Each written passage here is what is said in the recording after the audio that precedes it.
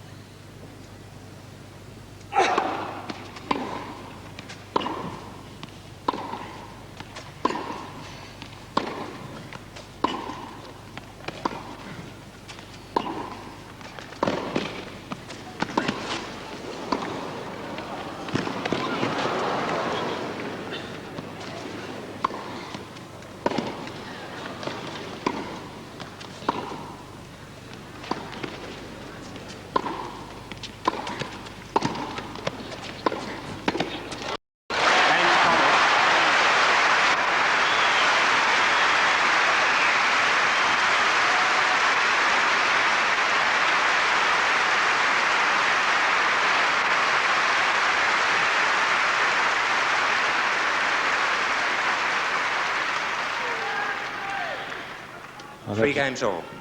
Really phenomenal rally, the longest rally of the match, 23 strokes before Connors got the forehand volley away. Really punishing rally for both men. I'm hoping, Dan, we don't have crowds interrupting the flow of the matches we had in the Wimbledon semi-final.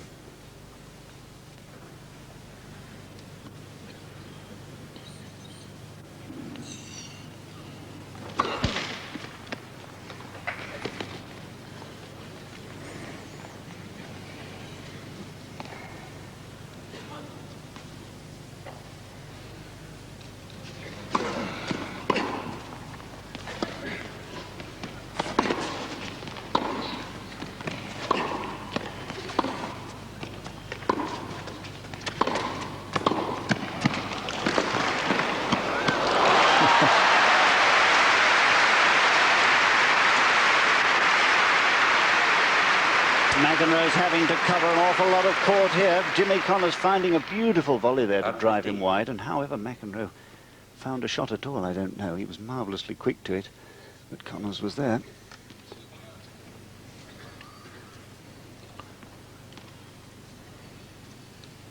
Love 15.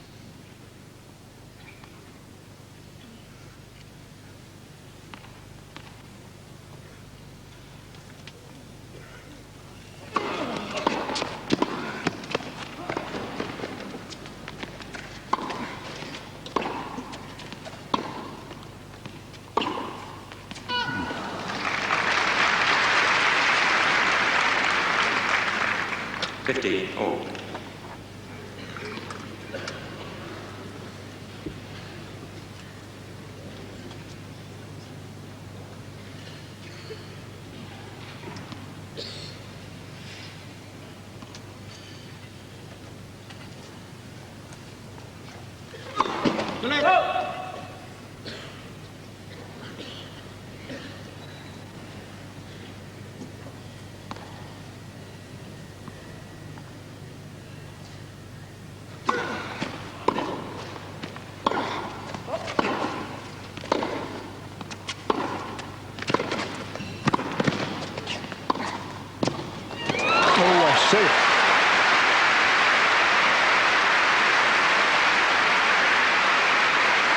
Well, I must say Jimmy Connors is producing some beautiful net play today, and look at the length of that first volley.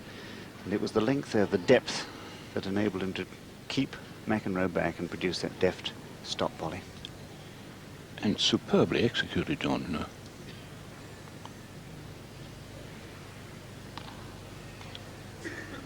$15.30.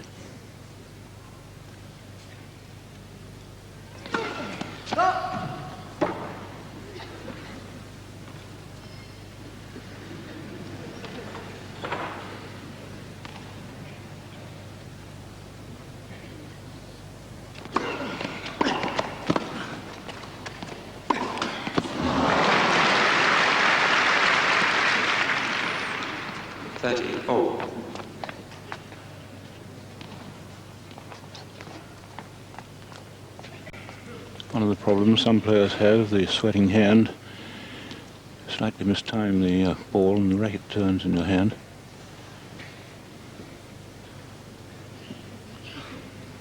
Three all, 30 all, first set.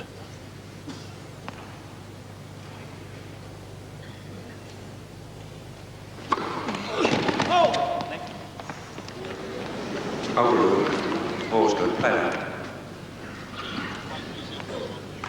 A little bit late, that call, it seemed to me. Ball had gone before we heard it. And umpire John Parry Fire, please. corrected. Well, even if you don't like the manner of McEnroe's protest, certainly he's absolutely right that we don't want to see applause of that sort of situation.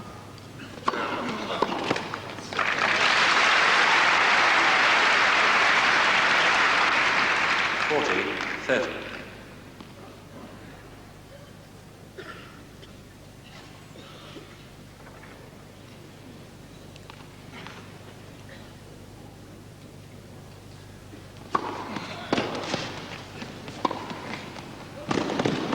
And to McEnroe.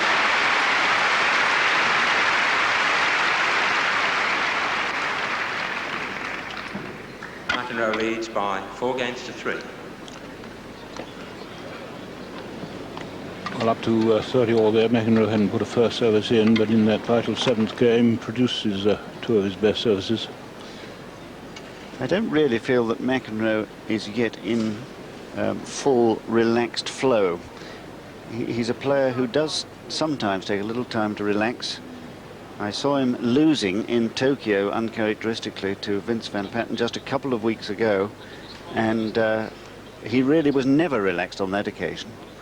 But the quality of his play is absolutely awe-inspiring, and indeed Connors when he's in this mood. This is the point from 2 games ago, which was probably the best we've seen of the match. Connors, I think, could have taken the invitation to come in on that rather short ball, but he wants to wait for the perfect one, knowing that McEnroe's passing shots are quite capable of defeating him unless his approach is good. And there's a wonderful approach from McEnroe, but what a superb lob, hoisted to within a couple of inches of the baseline, and McEnroe unable to kill there, wanting to go forward all the time whenever he can, but Connors pinning him to the baseline with that ball that was nearly out, and rifling the ball on the two-hander, and himself coming to the net now and reading correctly where the pass was going. 3-4, first set.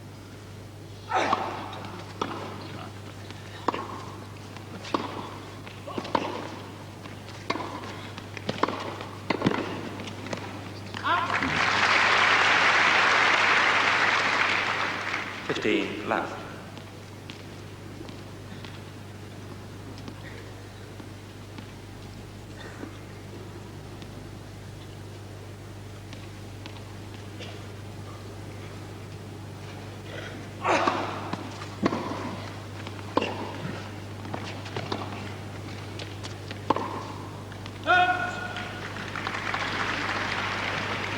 Oh.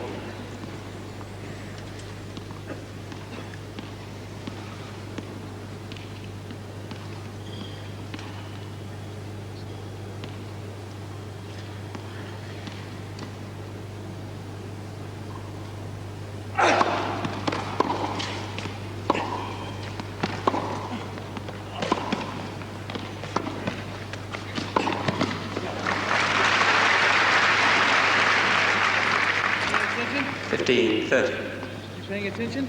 She's not. For you? I'm not quite sure which ball Connors thought might have been out then. I didn't see one that was close to the line then. No.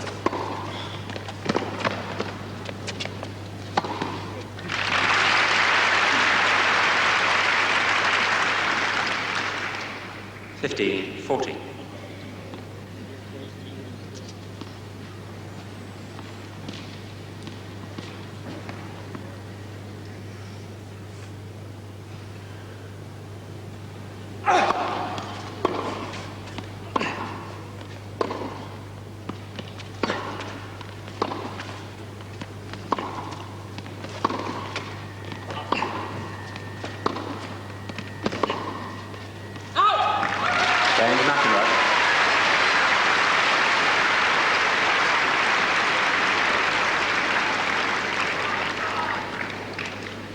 McEnroe leads by 5 games to 3. So this time Connors, with 2 break points against him, not able to save the game as he did on his earlier game. So 5-3.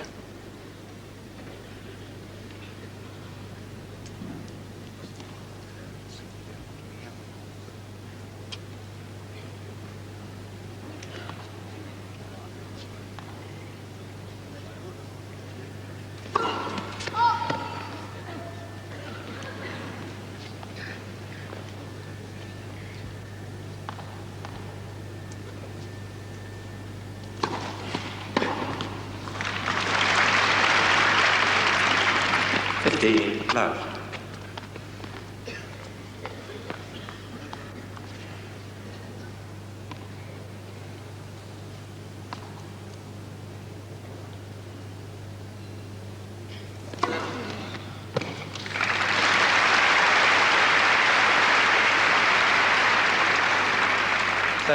Love. It's the first ace of the match.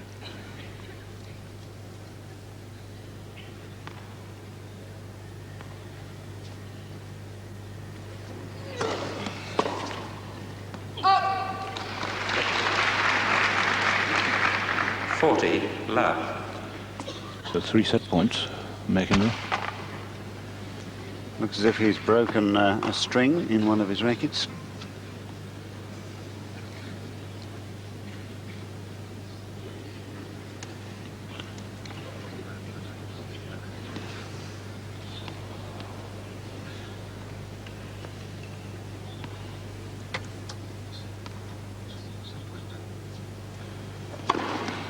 Game and first set for McEnroe. 10-4.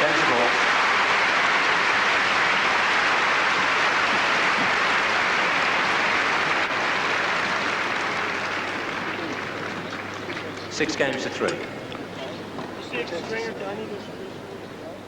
A beautiful ace there to take this opening set after just 39.5 minutes of really intense rivalry, where both players, I think, are strung up. Connors not looking nearly as relaxed as he was just half an hour before they came on court, and McEnroe still as tense as he was then. They last met, of course, in the US Open semi-final in 1980, a match I thought one of the best of 1980. It was won by McEnroe 7-6 in the final set, and that really was an absolute thriller. And then McEnroe went on to beat Borg in 5 sets the next day, which said a lot for his stamina. Their overall record is either 7-6 if you don't count the special event in Boca Raton in 1979, or if you do, then it is 8-6.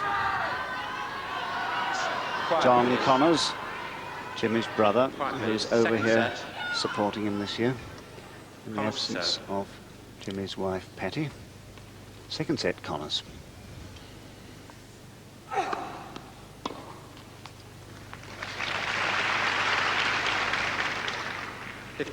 Love.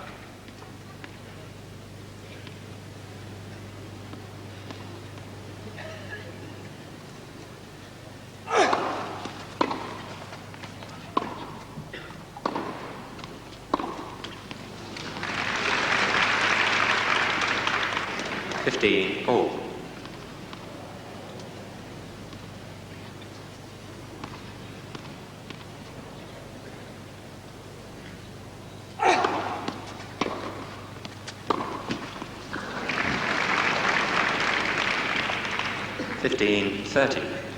A few unforced errors beginning to creep into the game of Connors now.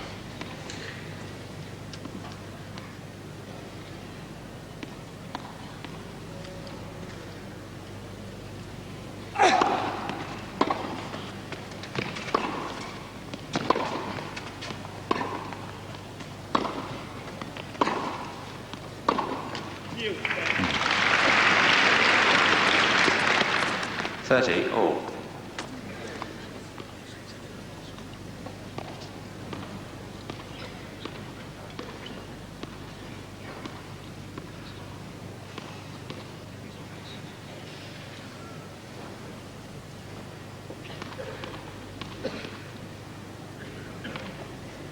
30 all. First game, second set.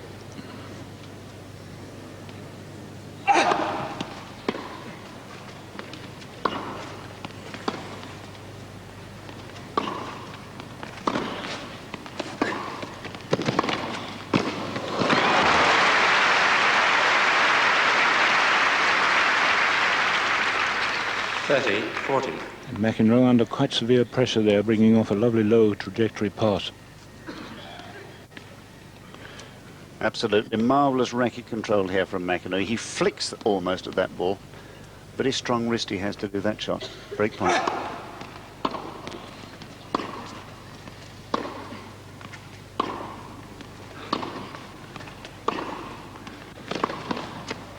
Yes. Game to McEnroe.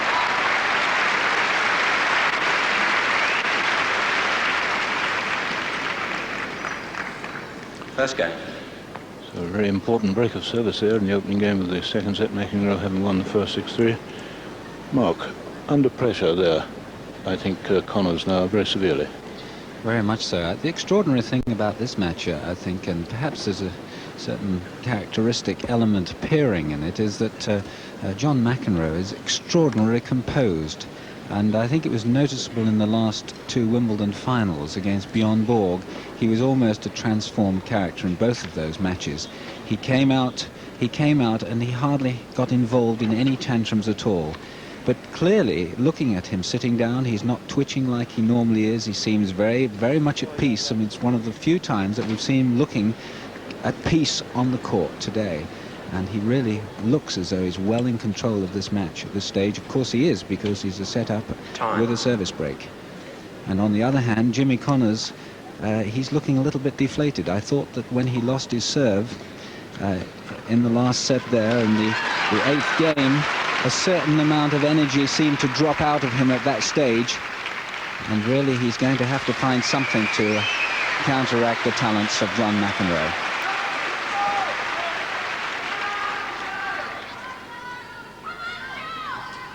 Quiet, please.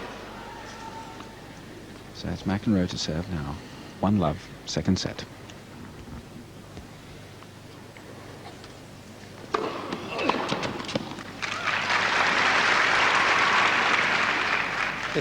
Love.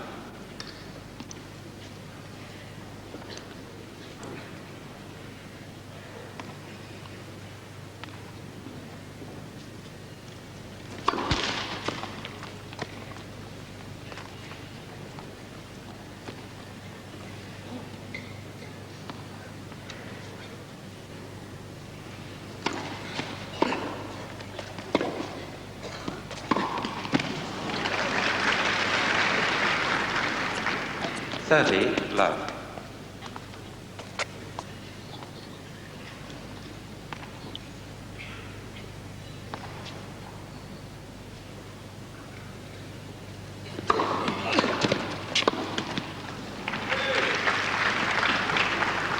30-15.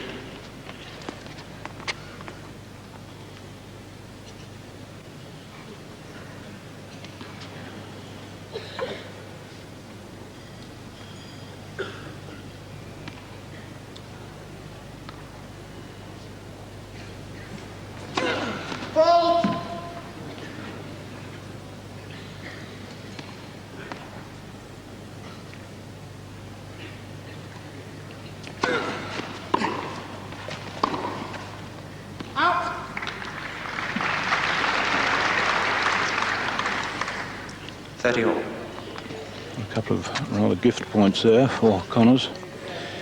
I think it would please him more, of course, than to break back immediately here.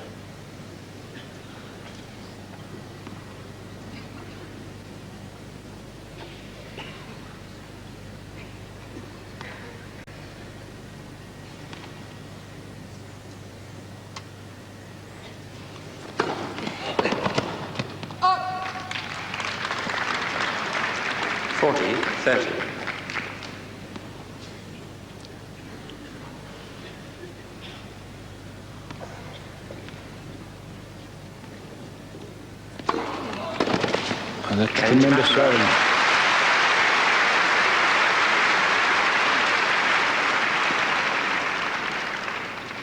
Well, here again, that swinging left-handed serve to another left-hander, absolutely defeating Connors in its pace and accuracy. So, Sit down, please. so McEnroe underlines that break of serve he achieved in the opening game. And Connors now has really got to find a little bit of inspiration to get right into the match.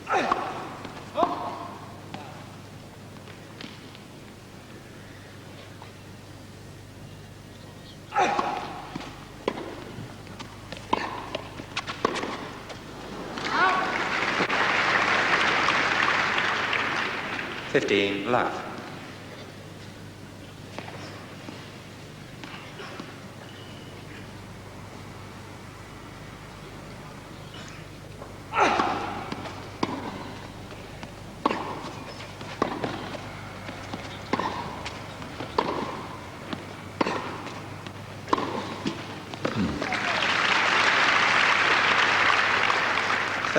Love. Connors not missing a chance in that rally to take every ball, not only at the top of the bounce, before it ever got there.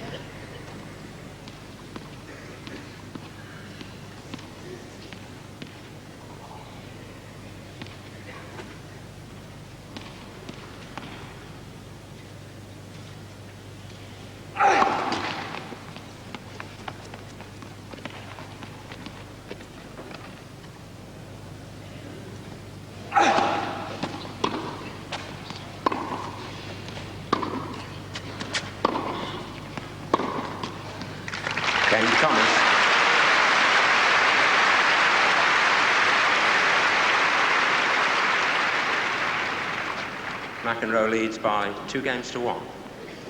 Strangely listless game there from John McEnroe. Seemed content just to put the ball back from the baseline area and wasn't too concerned about the way he was spraying errors from his racket. Connor's problem, of course, always against any opponent is that he only has one method of playing. I've often talked to him about this, and he considers that it's good enough to win again on most occasions, and indeed his record proves that it has been. But of course, when he's playing a player like McEnroe, who has so many different ways of playing, there are problems, because at the moment it seems to me McEnroe is saying to him, well, if you want to play from the back of the court, I'll play from the back of the court and I'll beat you from there. Of course, coming in whenever he's serving well enough on his own service games, but particularly on Connor's service games, not particularly eager to rush into the net.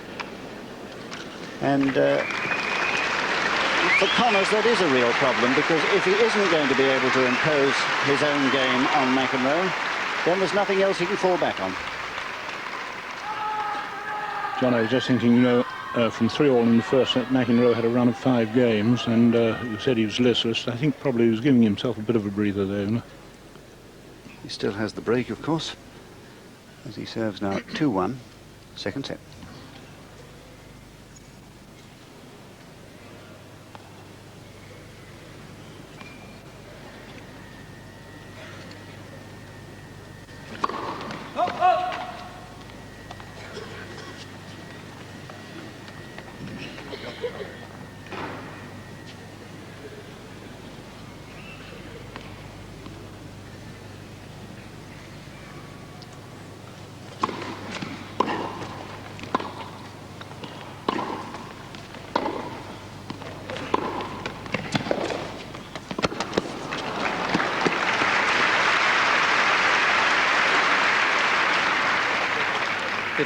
Love. Well, there was another case in point of the improvisation which Connors has to face. He went in behind a very deep ball to the forehand, entitled to think he was going to get something of a defensive reply, but McEnroe just flicked at the ball and found that acute angle.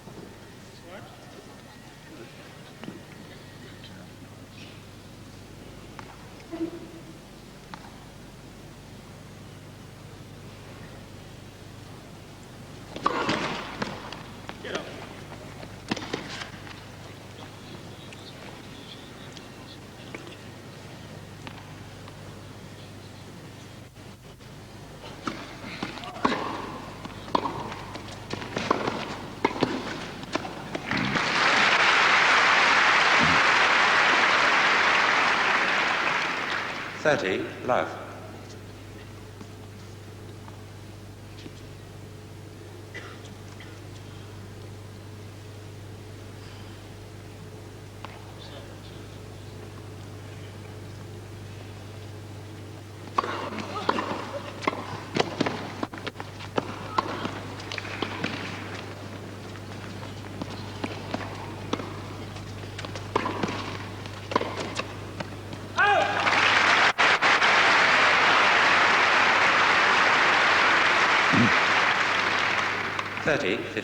And Connors very, very quick indeed to get onto that half-court ball, which was bouncing higher than the waist. I think he took McEnroe slightly by surprise there.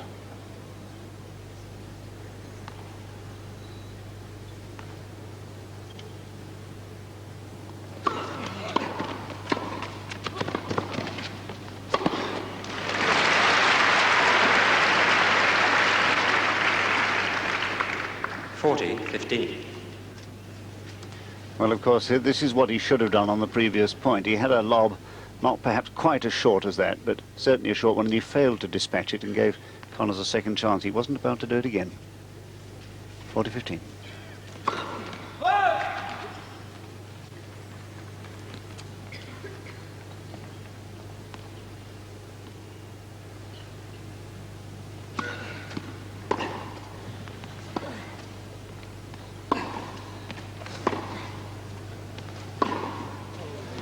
Going to McEnroe.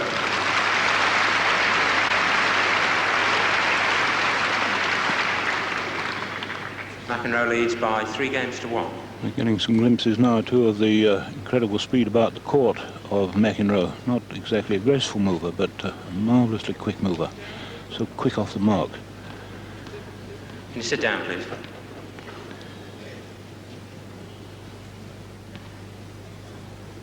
Connors serving 1-3 in the second set.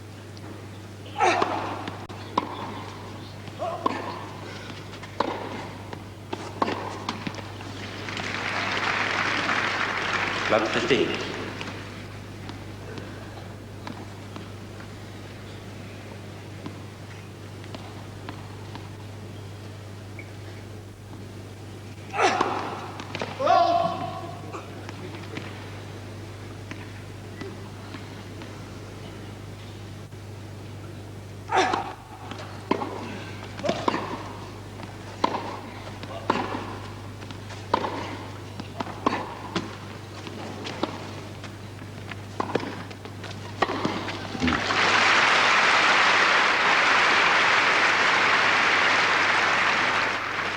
Love 30. Fairly comfortable smash, resulting from the most perfect length that McEnroe played there, the approach shot just inside the line.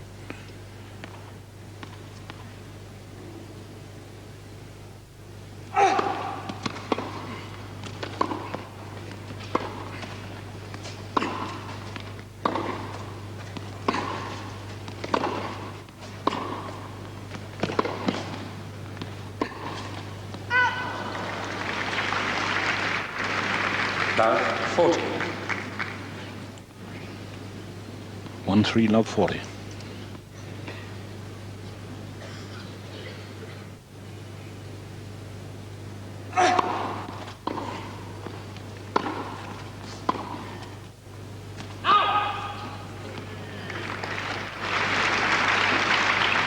Fifteen, 40.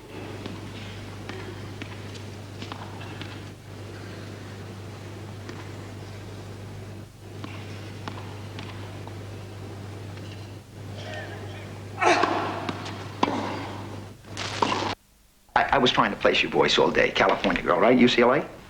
No, I was.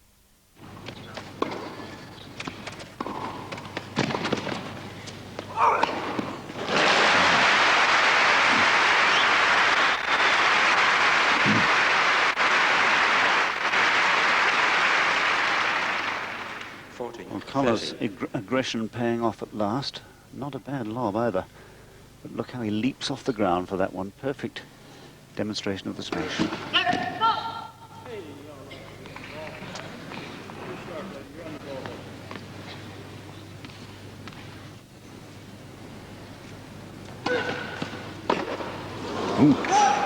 Going to McEnroe.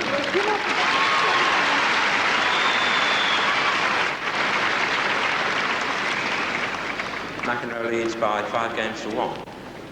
Certainly no evidence of heaviness in the legs when Connors went up for that smash just a moment ago. That was rather an awkward Right, forehand return and he knocked out. So it's 1-5.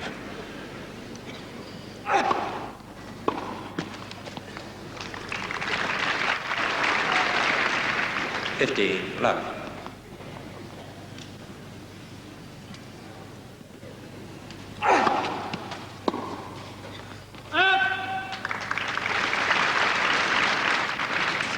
Love.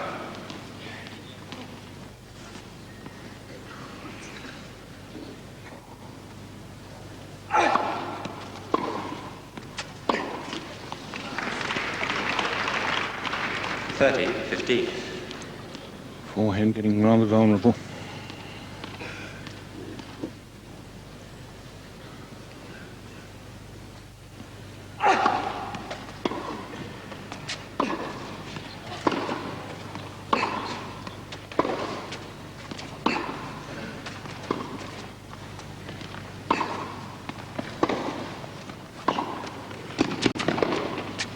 Well played.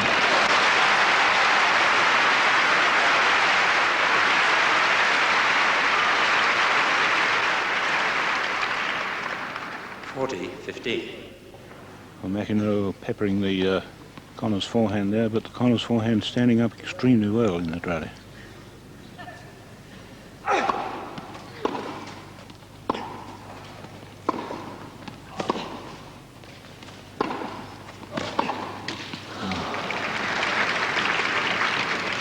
$40-30.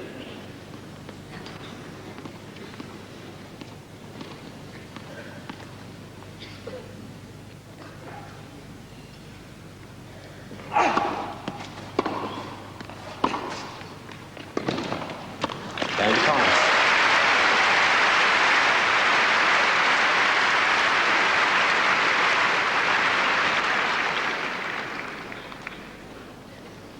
McEnroe leads by 5 games to 2. Well, Mark Cox, when these two played in the early parts of their careers against one another since '77, Connors had a distinct edge, but of course McEnroe has improved so much lately. He has won 5 of the last 7 times, and I'm wondering whether Connors has a slight mental block now about McEnroe, like he certainly has when he plays Borg. Yes, I think that's possibly the case, but I think that he's up against a player who really isn't more than a match for him. Though what concerns me a little bit is that I think that Jimmy Connors is a little bit impetuous. He's trying to play too good a shot too soon. Noticeably in the last 2 games, he's been content to occasionally float a ball back deep to McEnroe and try to wait for the chance to create the opening. Because, of course, Jimmy Connors plays best when he's moving from side to side, and John McEnroe clearly has not been giving him any chance, any openings at all. He's been content to push the ball back down the middle, giving Jimmy Connors no chance to make the opening. And I think he has to wait a little bit longer if he's going to stand any chance of getting back into this match. Be a little bit more patient.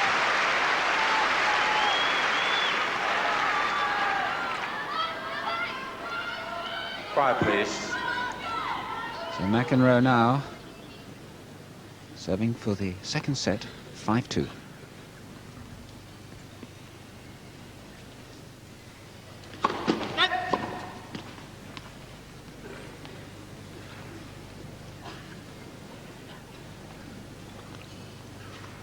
First service.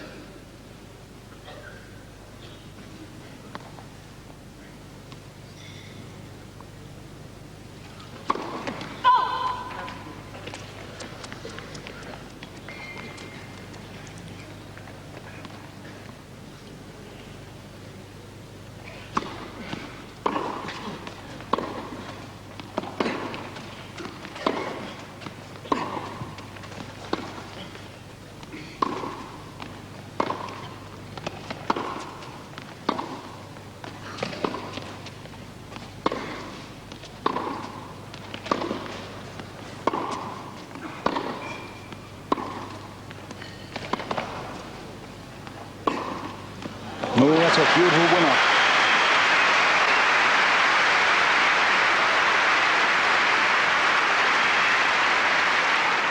Well, there was certainly a degree of 50. patience there about Jimmy Connors, and how wonderfully well he controlled that rally, keeping an immaculate length again and finding that beautiful winner, leaving his opponent stranded. Love 15.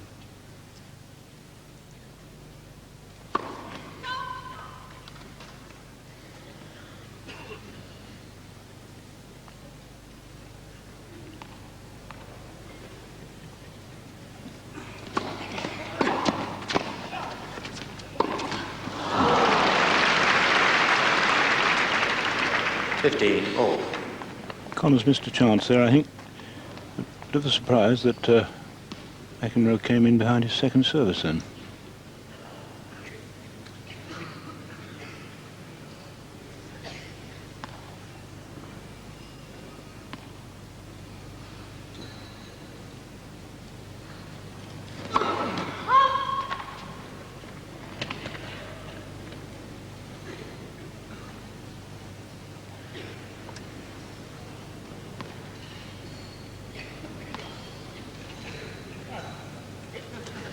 There's a lot of noise coming from the restaurant area as the luncheons are enjoyed.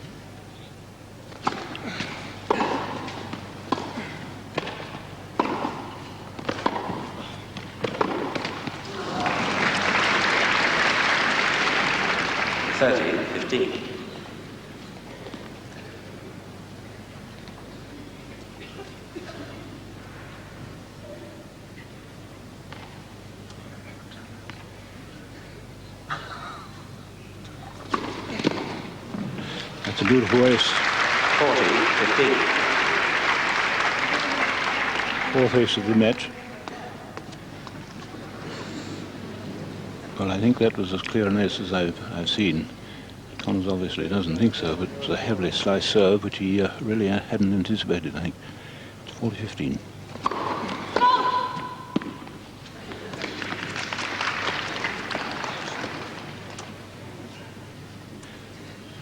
Set point.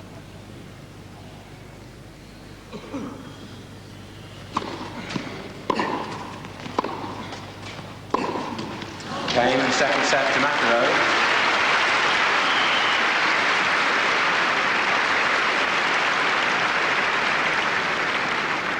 Six games to 2. So that's the score in this final after an hour and 11 minutes. And Connors, whose basic game, as you've heard, Please, is ladies one and of gentlemen. controlled power, really. Can you sit down? He really has got to find some way now of stopping the rot here. Third set. Connors to serve.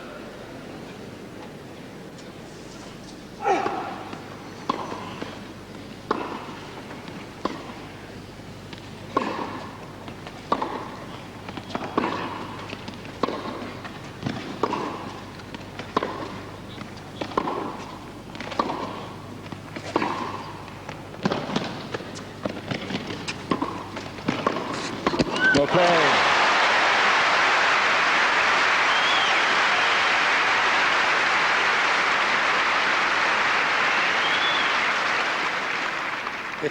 Love.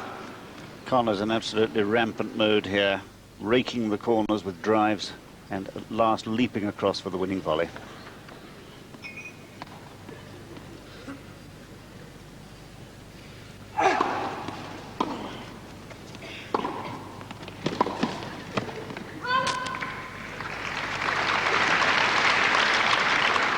30, low.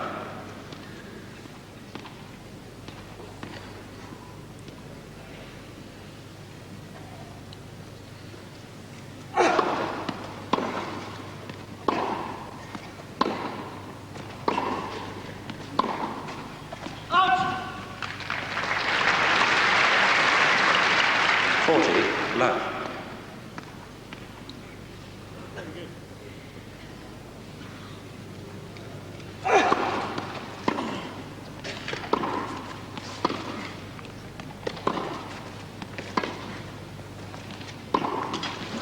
Pity. 40, 15. Standing at 40 love, Connors there looked as though he really was set up for a backhand down the line, but just at the last moment seemed to funk the issue.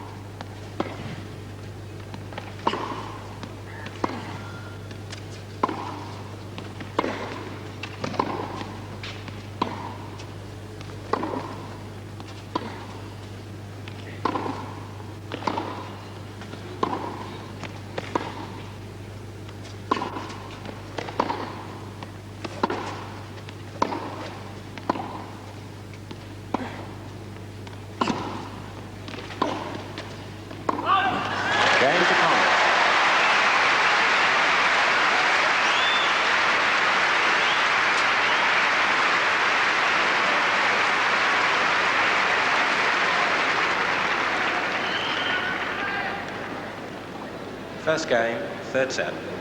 Well, you may have seen in the middle of that rally, there was a ball to the baseline under our commentary position here where Connors had hit the ball long, according to Mcenroe, and he looked at the linesman to his left when the ball lands, quite believing that the ball is out, and then had to play on and finally, of course, lost the rally.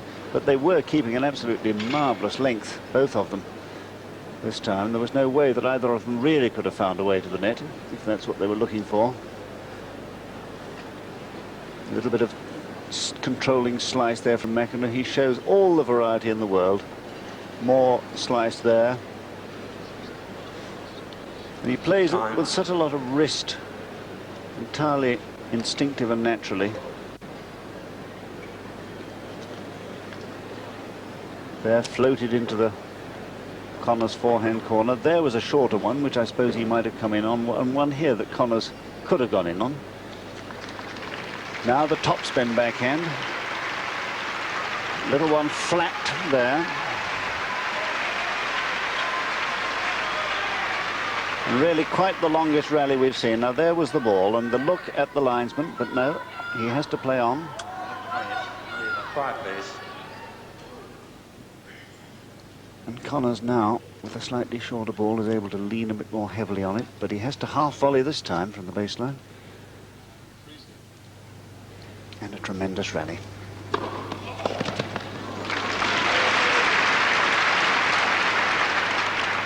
$15, low.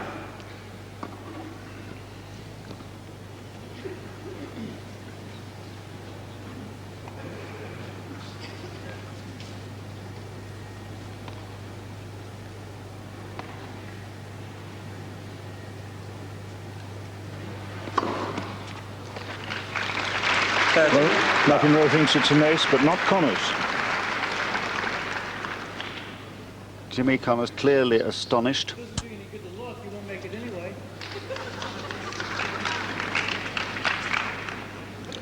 Point stands. What you're doing down there, don't give us a fake job. So that's the fifth ace. 30 love.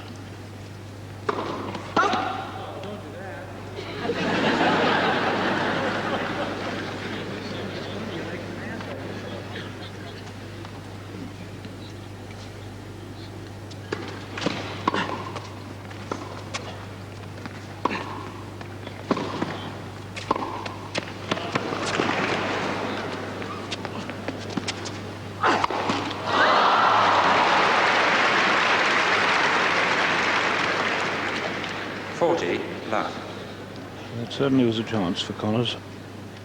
For men of this class, one of the easiest strokes in the game, really. They smash off the bouncing log.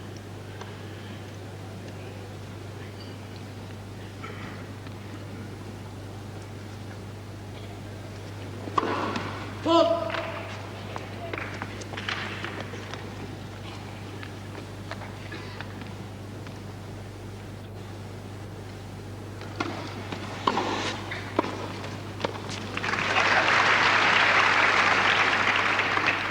40-15.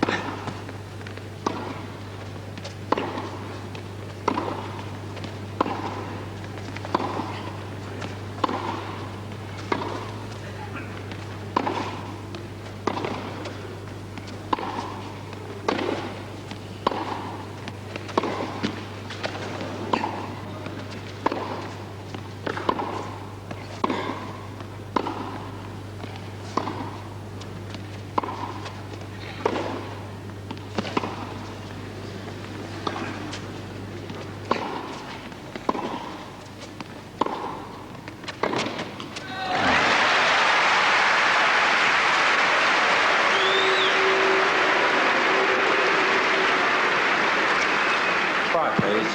40-30. Warning, Mr. McEnroe. Misconduct.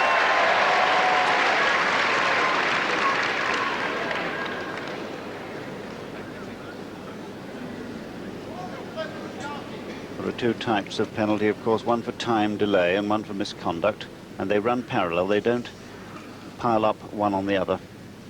So that's one warning for misconduct to McEnroe. Scores 40-30.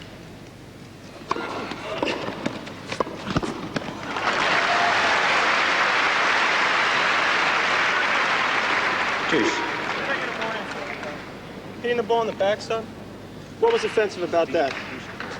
Excuse me? What did I abuse? I hit it. What did I do wrong? I hit it like this? I mean, what? Like that? Was that abusive ball? No, how do you know? Were you even watching? Excuse me? Why are you judging that, though?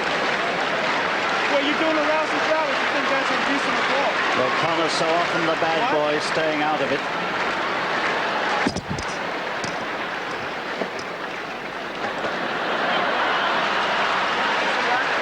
There'll be a time delay in a moment.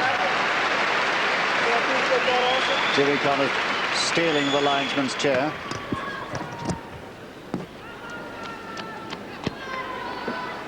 Well, there'll be a time delay in a moment, surely.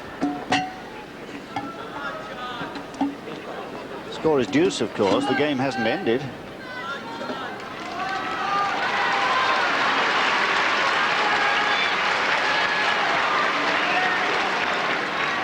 Point, Mr. Connors. Misconduct. Advantage Connors. Well, now, John Perry has docked a point off McEnroe, given it to Connors. Advantage Connors.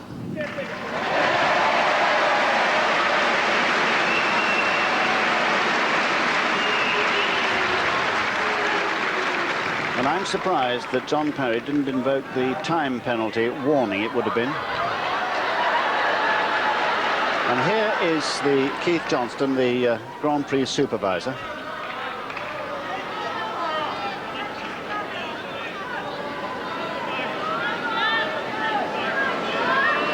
The supervisor is what John McEnroe wants. He wants to involve the supervisor in this discussion.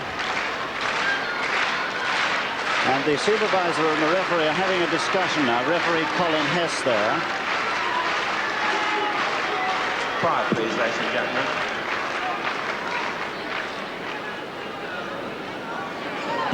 Keith Johnston just going across to have a word with Colin Hess. To have a word with umpire John Parry. Well, the rule is quite clear. If, in the umpire's opinion, misconduct has occurred,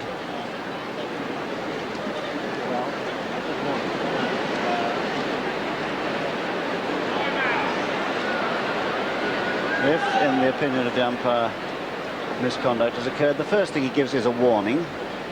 And I imagine that the second offence, which was the reason for him giving the point to Connors, was the argument and discussion that Mcenroe engaged in following the warning. Of course, Jimmy Connors can't resist the chance to play this up. Sitting beside Butch Buchholz, who is the executive director of ATP, the Association of Tennis Professionals. One of the great pros of the 60s himself.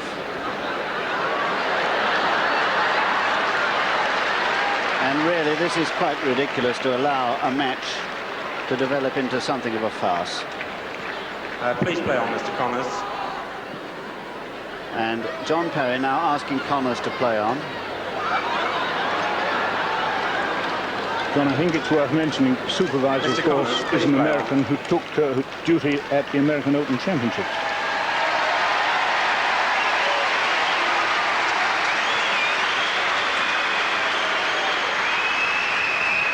Quiet, please. Quiet, please, ladies and gentlemen. Well, Colin Hess, I must say, has a great relationship with these players. Misconduct. Score is advantage Connors. John Parry explaining now the position to Connors, who I'm quite sure knew it anyway. But he's played it up for all he was worth, which is one of the ridiculous things about the way we run our game at the moment. This is quite ridiculous.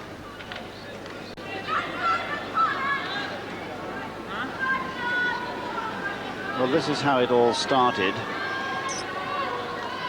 Mcenroe at the back of the court at the end of the previous point, slamming the ball into the backstop.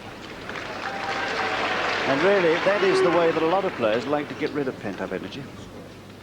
The score now is advantage Connors.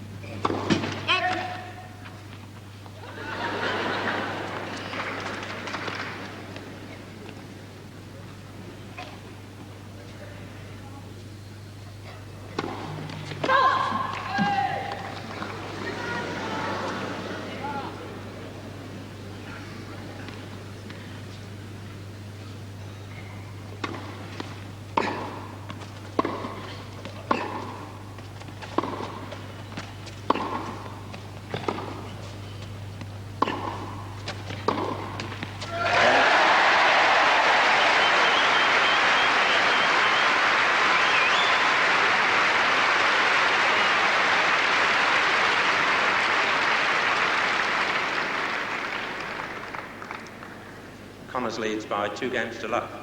And after all that hoo-ha, Connors gets his first break of service.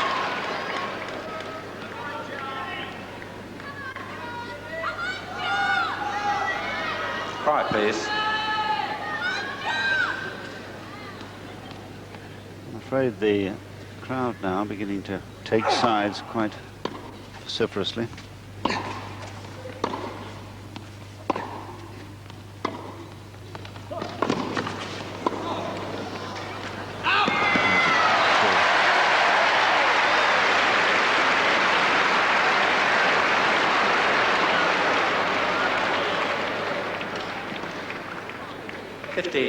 And a tremendous get there by Connors.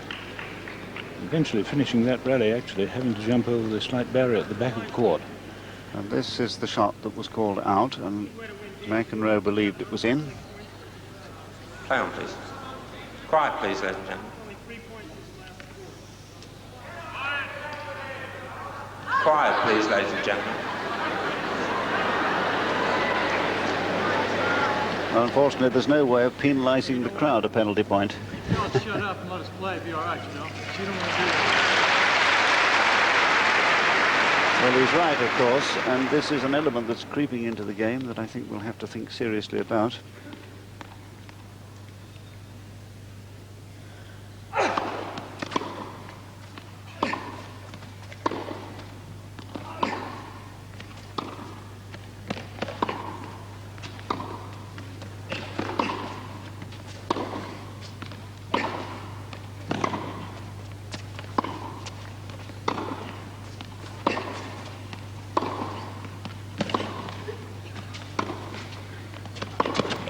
Yes.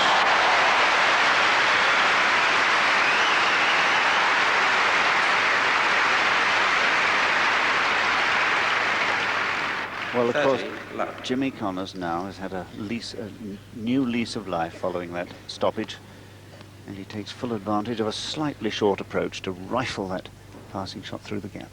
30 love.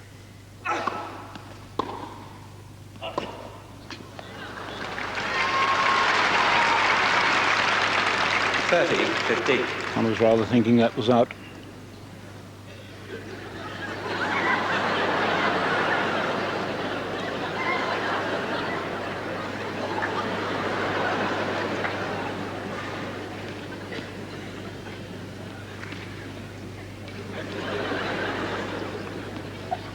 $30-15.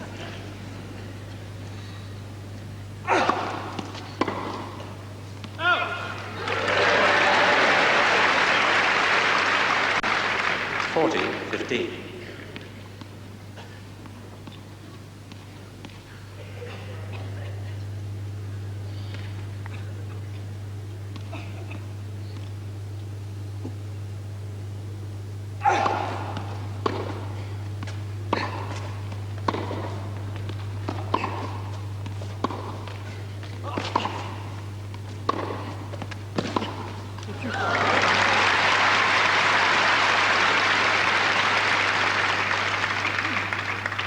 Forty, 30.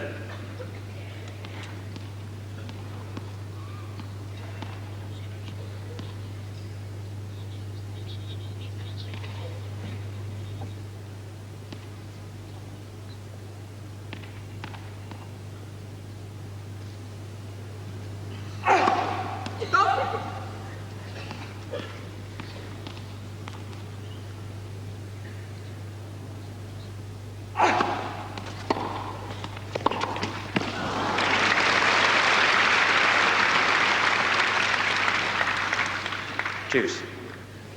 Connors had a chance there. Mcenroe perhaps didn't get the length he was after.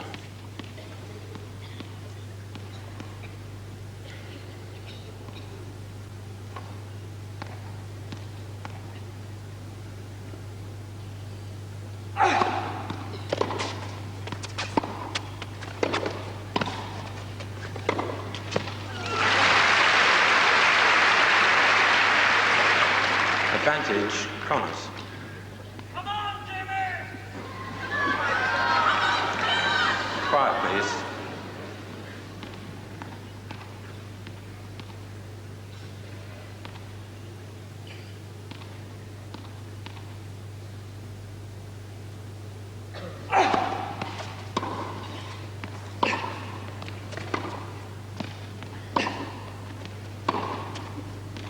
Game Connors.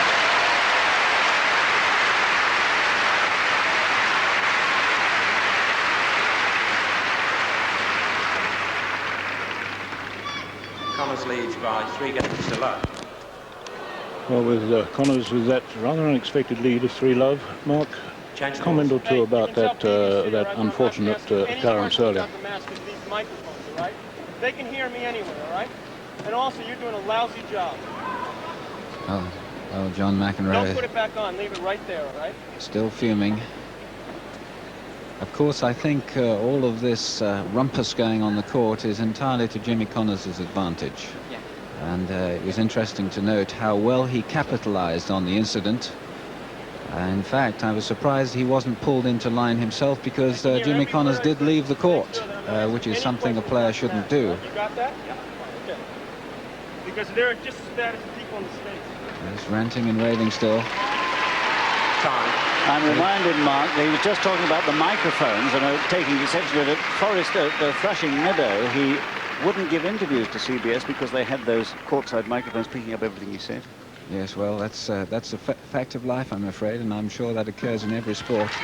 But I think the interesting thing is here that Jimmy Connors was brought up with tennis in this atmosphere, with the prize-fighting style of play against Rod Laver and that in Caesar's Palace, and I think he really thrives in these circumstances. So McEnroe serving, love 3, third set.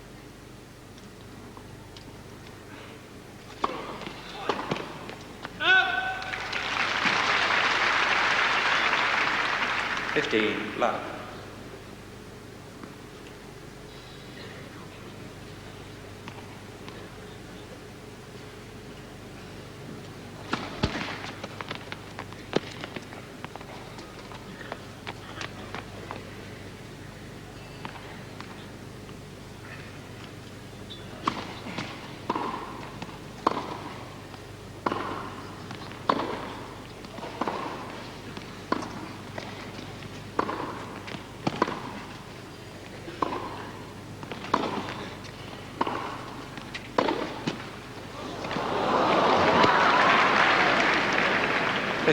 Oh.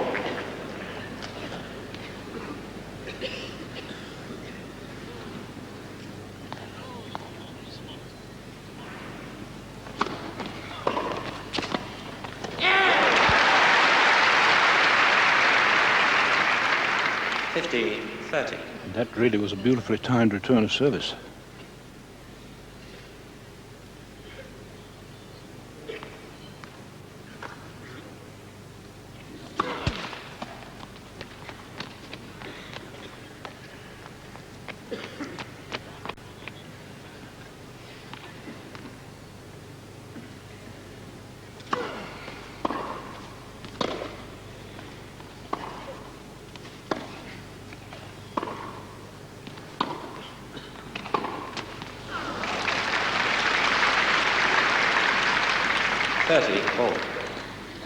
One feels if Connors could avoid making unforced errors here, he might reach a rich reward, because his opponent struck a rather rough patch of timing.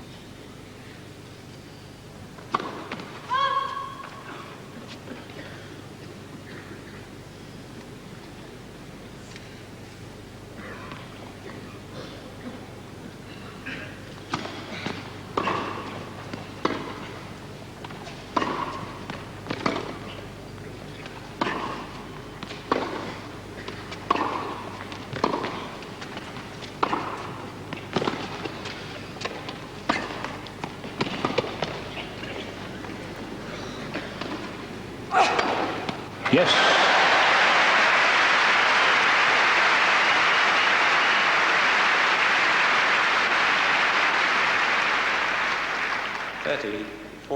Well, he really gets underneath that falling ball, allows it to bounce just at the right height, and times the smash beautifully. Break point. Yes.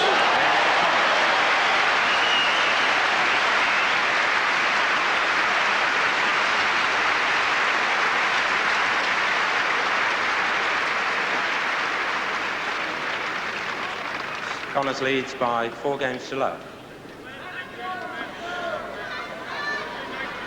4 games to love, 2 breaks of service. Quiet, please, ladies and gentlemen. Let Jimmy think you have the match to let him get back in the match, all right? Because you're hot this year. Play on, please. It's always nice to get back in the match with the umpires crap.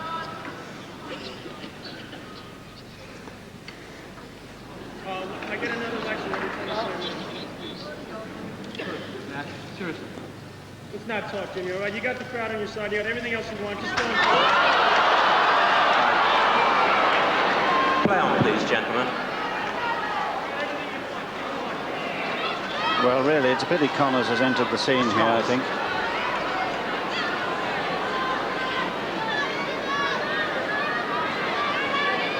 Certainly, Jimmy Connors milked that situation at the stoppage for all he was worth.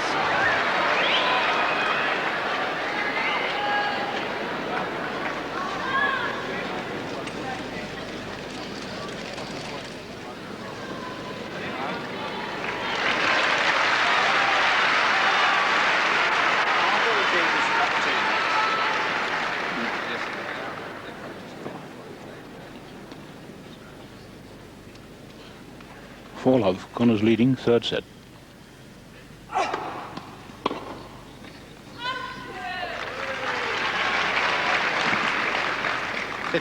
Low.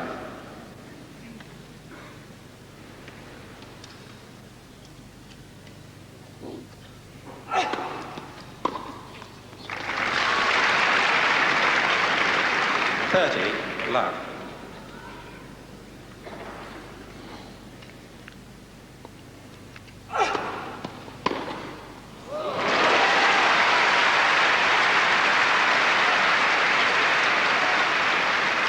30-15.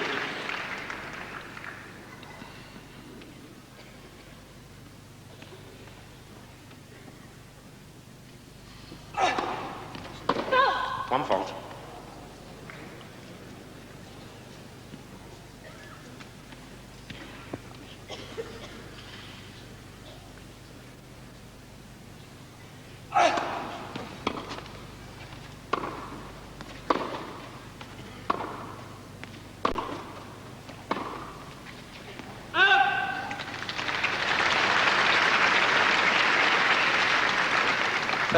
All.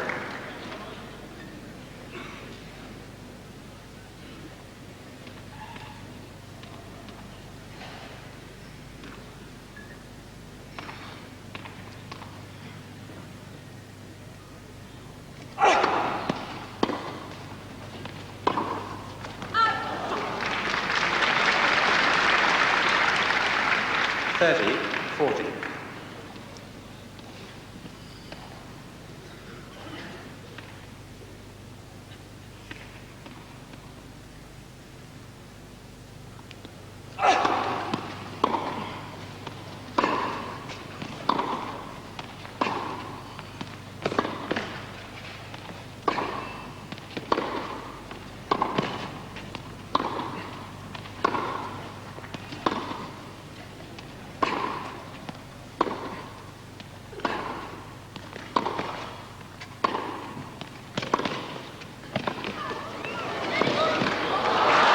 Incredible shot. That really was quite the most incredible forehand pass.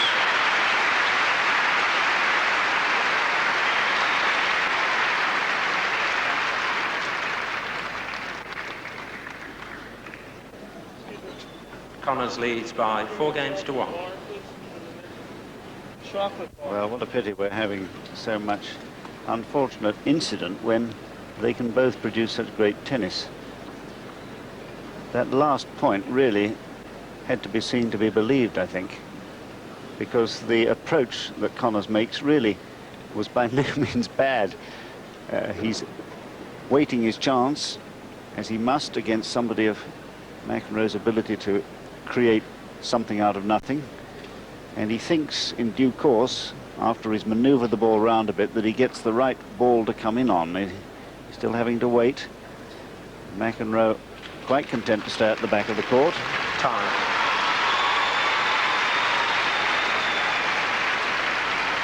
The depth there again is absolutely immaculate. This time topspin. He does it both ways. Slice, topspin, it's all the same.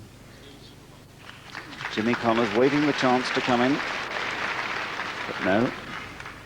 Here he is, he finds his way to the net on a superb half volley, right to the baseline, and improvisation supreme. Flicked half volley on the forehand. 1-4. 15 low.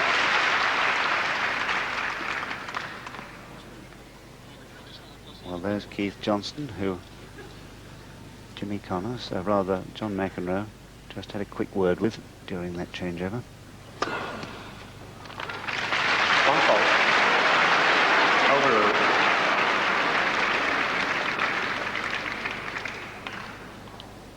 John Perry's overruled that ace.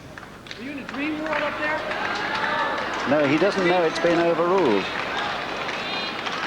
Huh? Are you in a dream world up there? Well, what's going on out here? Well, let's get something known over here.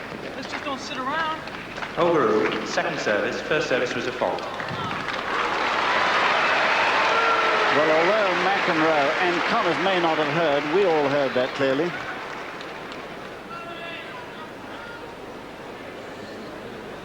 Play on, please. Quiet, please, left. Here is the serve in question. And I think we shall see. Well, was that a fault or not? It looked on replay perilously close to that line or even on it, but John Perry has decided it was a fault.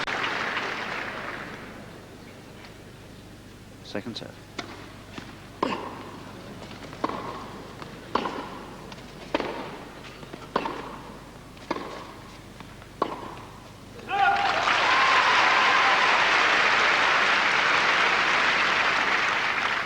15 all.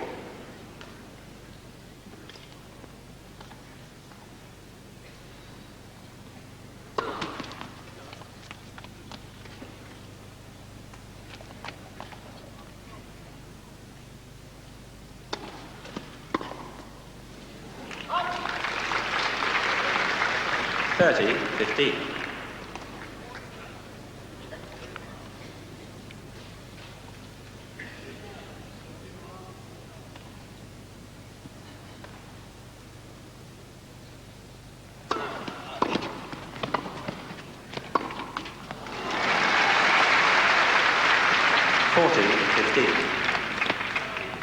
John Connors there, obviously delighted at the change of fortune for his brother.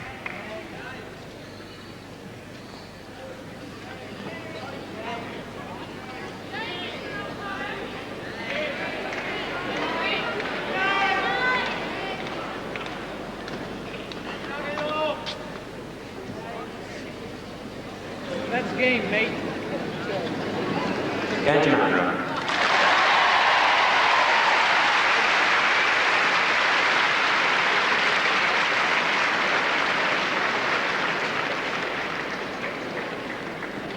Well, Connors leads by 4 games to 2. I think John Parry just becoming a little bit confused by events there. Of course, it was a game. Quiet, please.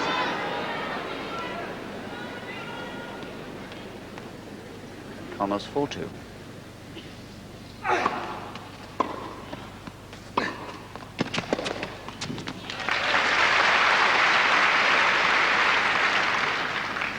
Low. Beg your pardon. Love 15. No. John Parry really confused now. Of course, it is 15 love.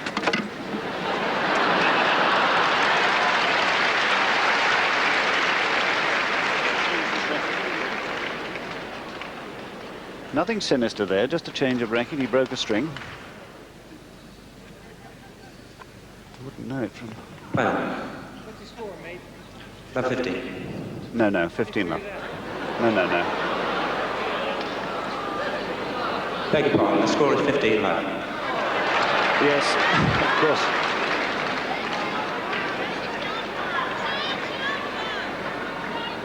Colin Hess there, the referee, being asked by Jimmy Connors, I'm sure, whether he will consider replacing the official. 15 low. Quiet, please.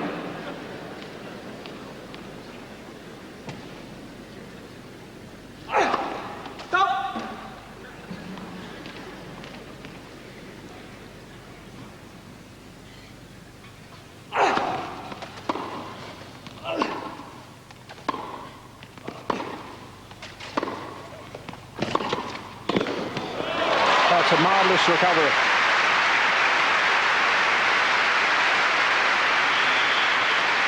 Well, only a superb athlete would 15 all. have reached that ball, let alone hit a winner. That looked a winner all the way. Reminds me of a volley he made in the Wimbledon final in that epic tiebreak of the 4th set against Borg, the one he lost. Tiebreak he won, but the match he lost.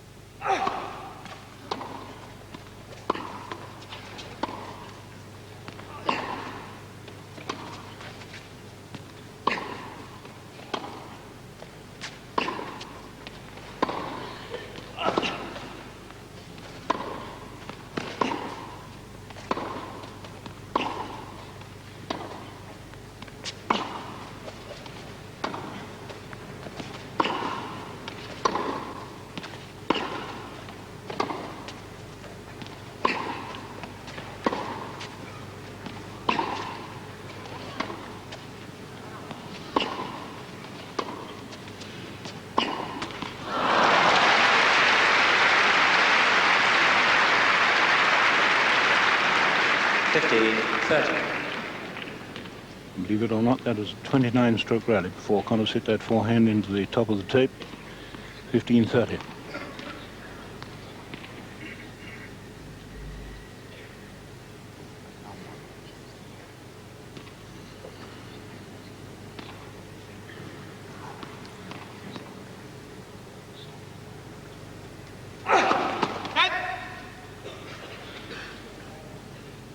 First set.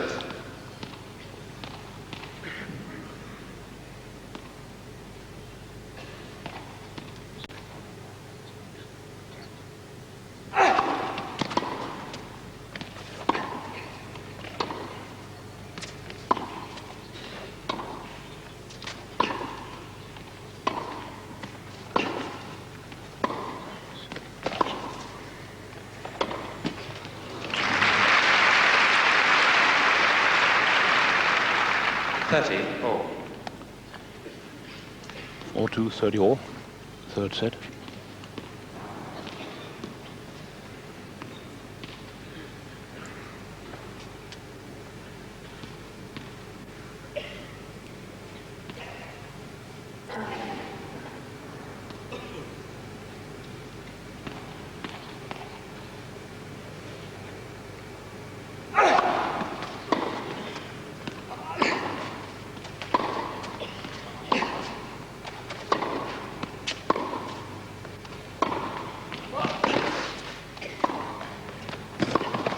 Yes.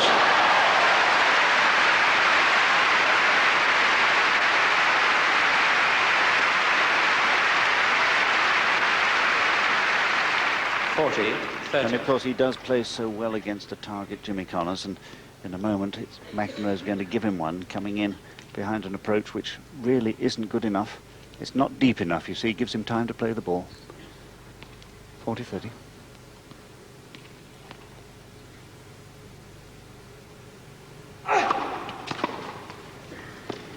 Serious.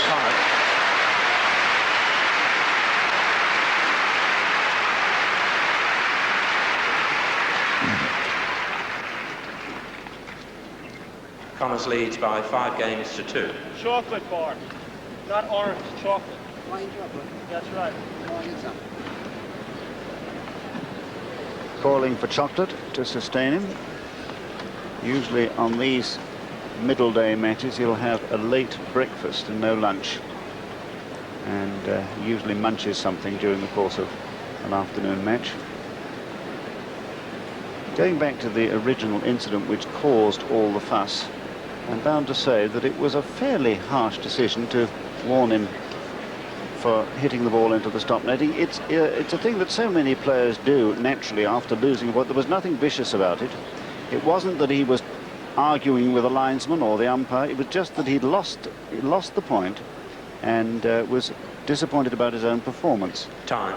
There was an occasion the other night in doubles here when a much worse situation happened. Victor Amar thundered a ball, and he's a big man, right into the boxes at the end of the court. It was really quite dangerous, but people even laughed on that occasion. There was no suggestion of a warning or a penalty, and I think McEnroe's reputation is such that the officials are looking for any slight deviation from the normal course and will pounce. That, of course, is entirely his own fault. Well, the reputation he's built up for being rather ill-mannered and petulant. Well, now it's 5-2 to Connors in this third set.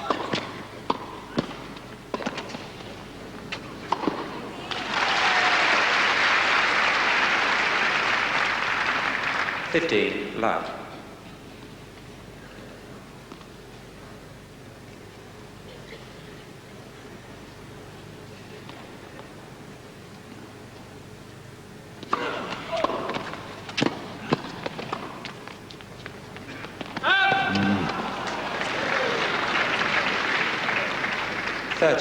Love. Connors a little unlucky there, but a half volley lob against a man of McEnroe's class is a very dangerous shot, I must say.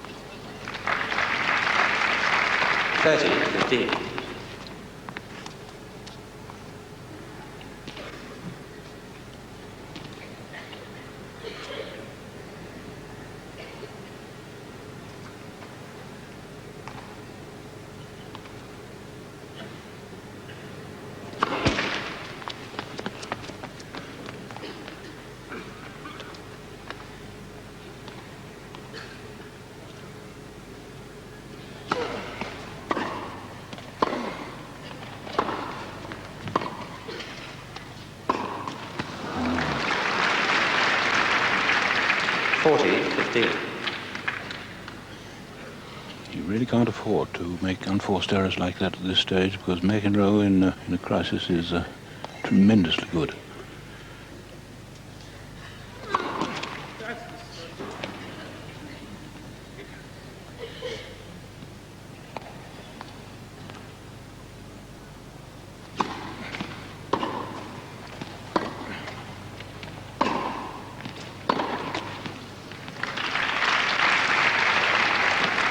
40-30.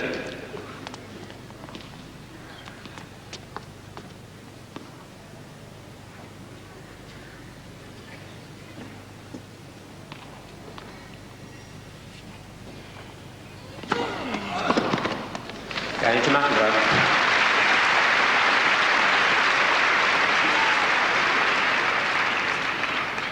Connors leads by 5 games to 3. So that very fierce and well-placed service gets Mcenroe out of trouble there. So Connors now serving for the third set.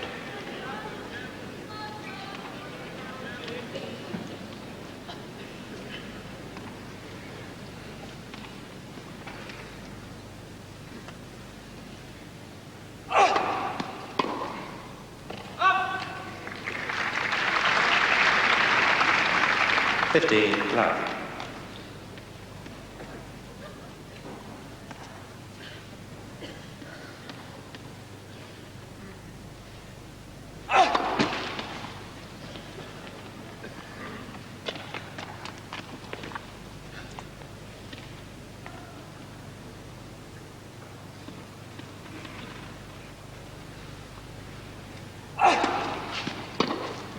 There's a fault. Well, apparently Overruled. Mcenroe doesn't think so. 15 all.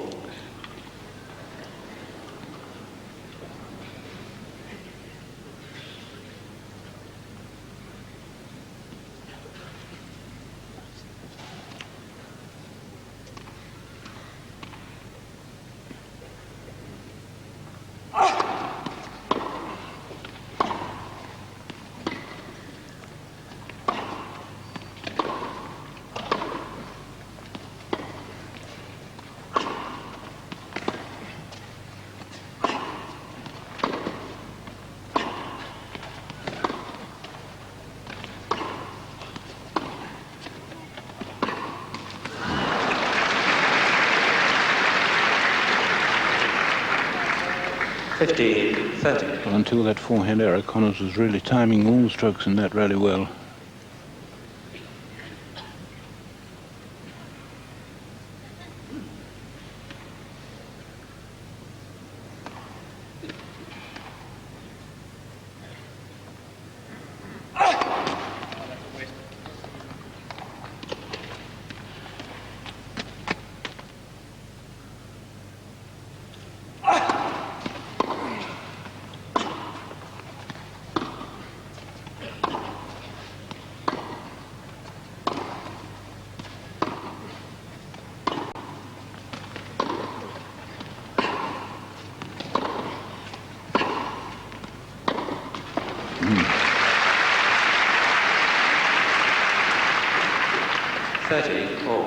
Really a very unexpected loose forehand that from Mcenroe.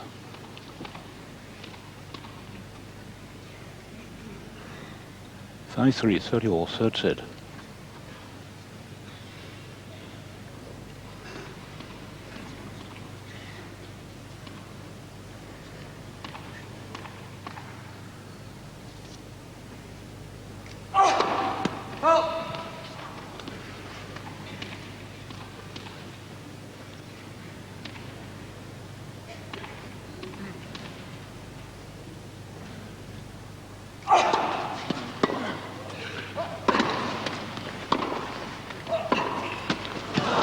Little unlucky. 30-40. That was a little unlucky for Connors there.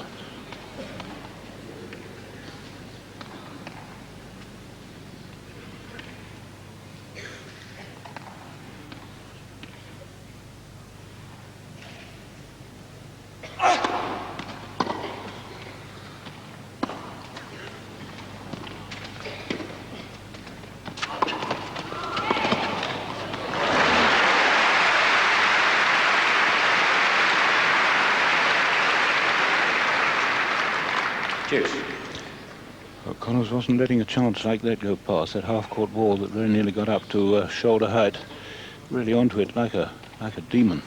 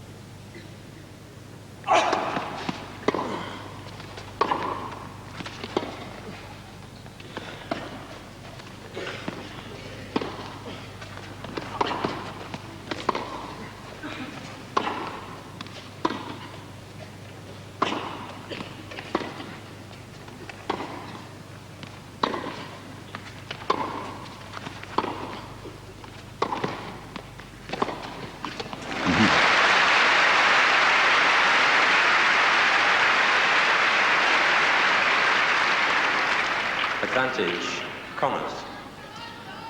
So set point for Connors. Quiet, please.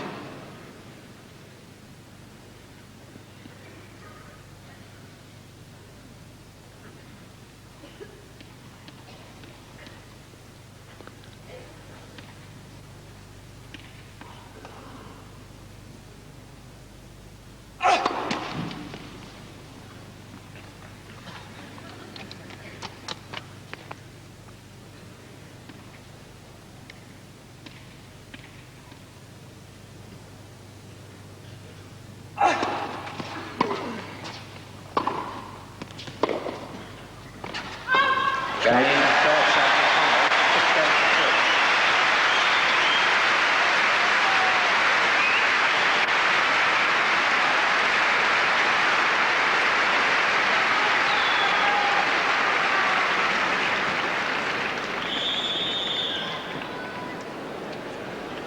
So 2-1 to Mcenroe, and they've been playing for exactly 2 hours and 1 minute. And that third set took just 50 minutes. Full of controversy, which would not have done the game of lawn tennis a great deal of good, I'm afraid. But perhaps we can now settle down to a really humdinger of a fourth set. And it's obvious, Mark Cox, that Jimmy Connors' tail is now up as a result of that stoppage, and there's a certain despondency now lying on the shoulders of John McEnroe.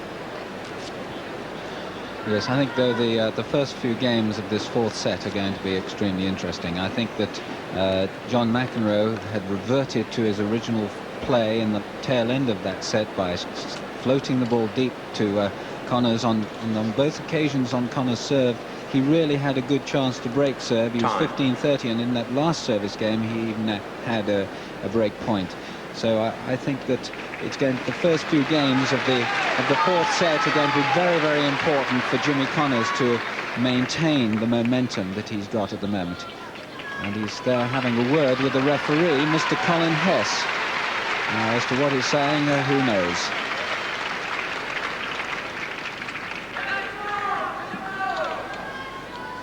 What a difficult task that gentleman has running this event with such competitive players as McEnroe to serve.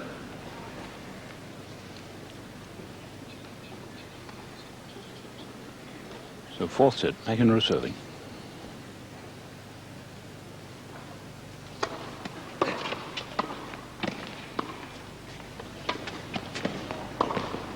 Oh, what a winner.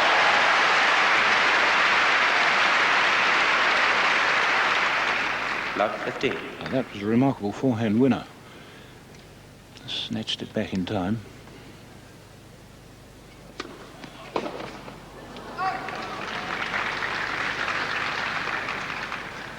All.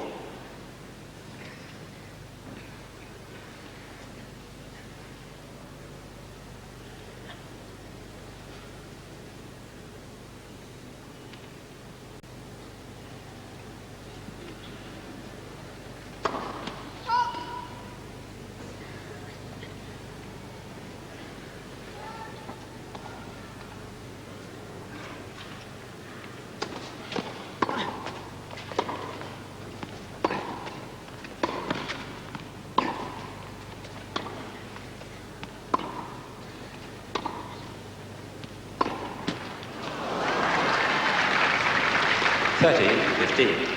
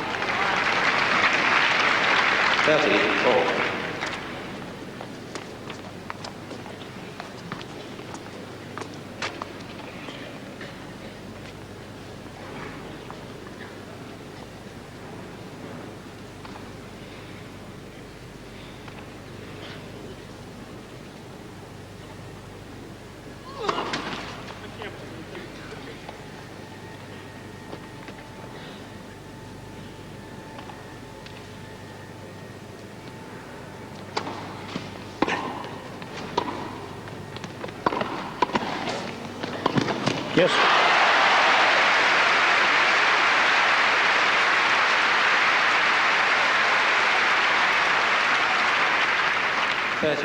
40. Well, that was a most lovely running forehand pass. Once again, it's one of the left-handers' good shots, the forehand on the run. Break point.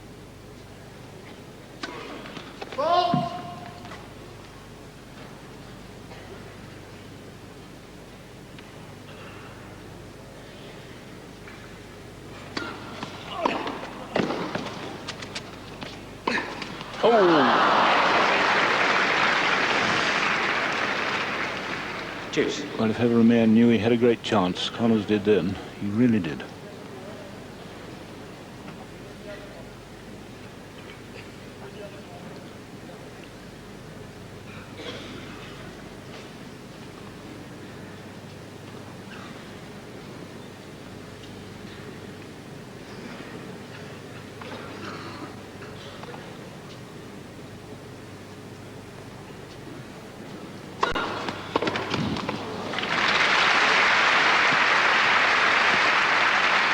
Advantage, Mcenroe. Well, there's a tremendous service, accuracy as well as power.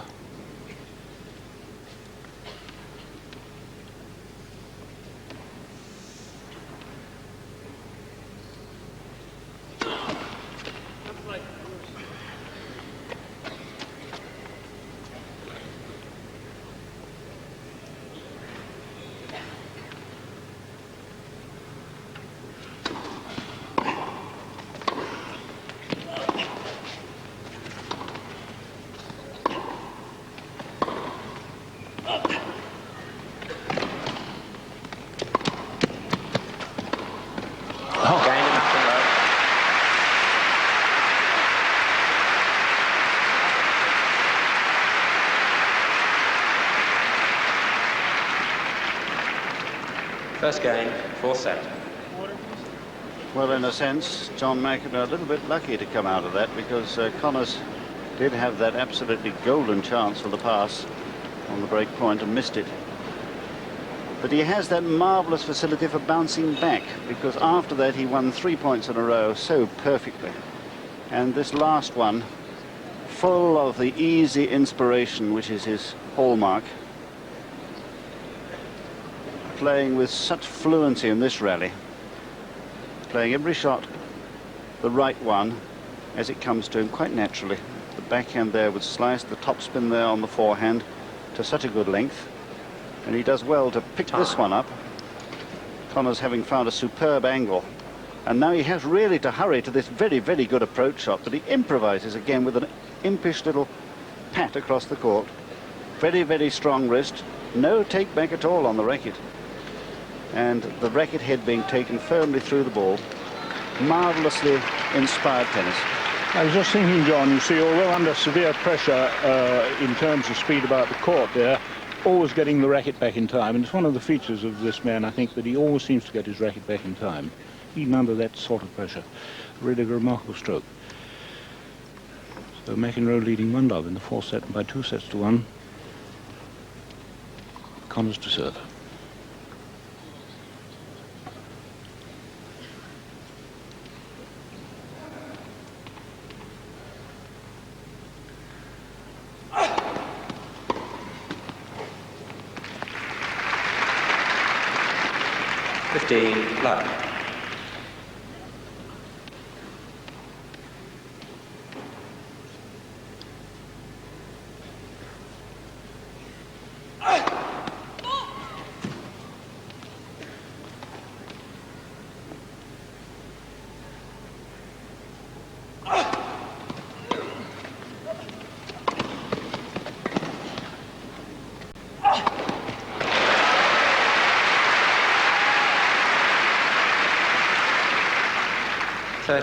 Love. Love. Throughout this Wembley tournament this week, Connors has been really devastating overhead. He missed 1 or 2 smashes off the bouncing lob, but I can't remember him missing one off a direct lob.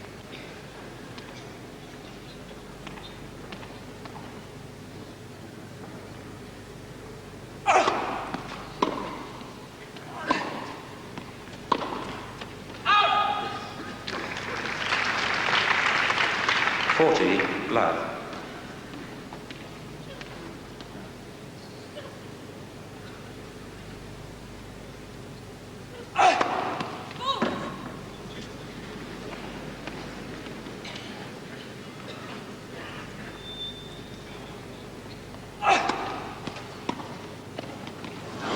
Game to Connors.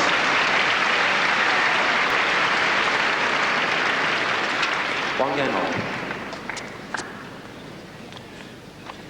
Well, just while the players are waiting here, we once again have the Flowers and Plants Council, who've decorated Wembley Stadium in magnificent fashion as they did last year. And there have been many, many complimentary comments about the decoration here. One game all then in the fourth set.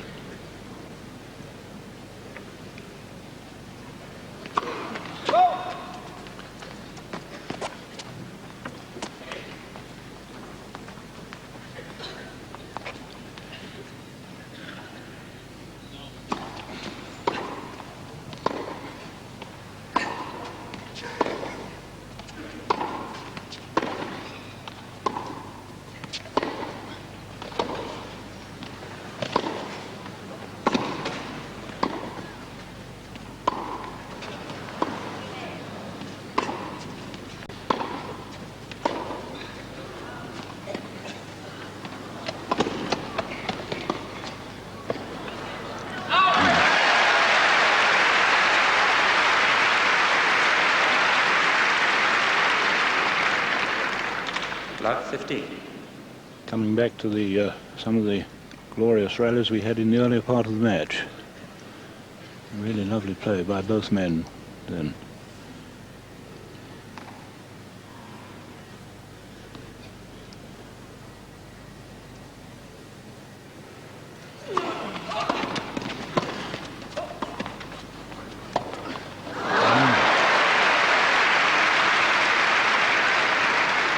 Love 30. Well, if Connors has been devastating overhead in this championship, so has Mcenroe, and that came as a surprise that he couldn't get that one away. He was just about inside the service line.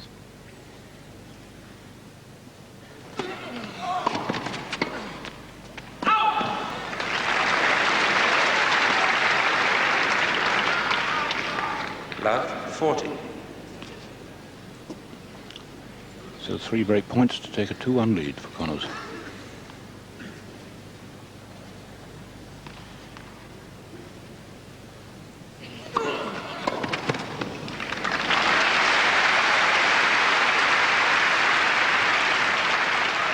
Fifteen, 40.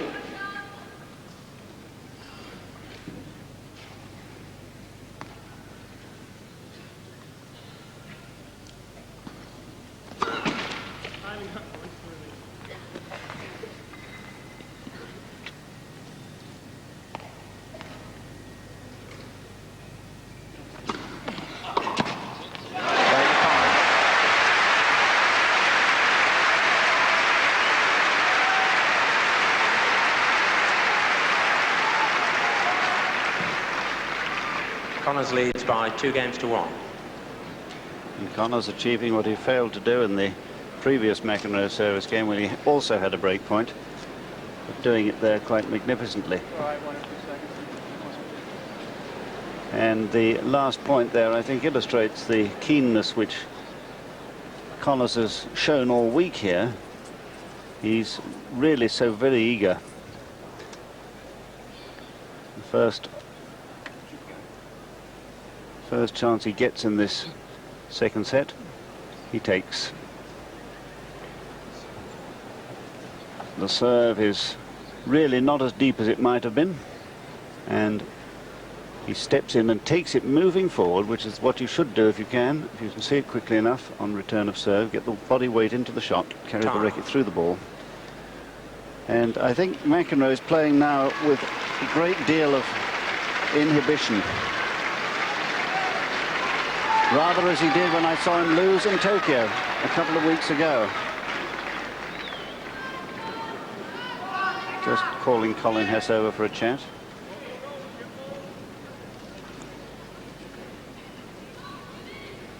Well, he can't complain about our microphones picking up this conversation. over the other side of the court.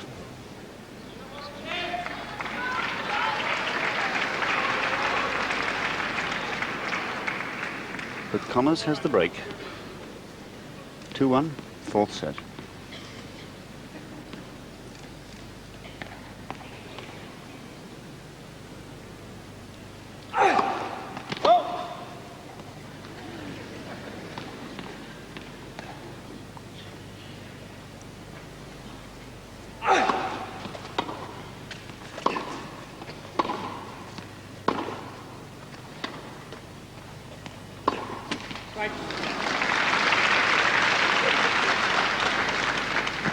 Love 15.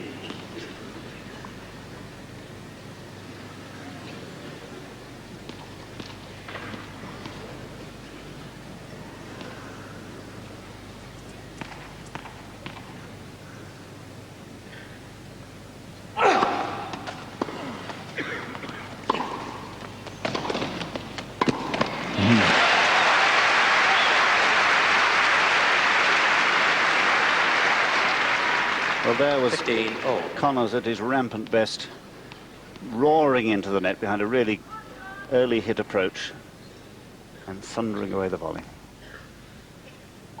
15 all.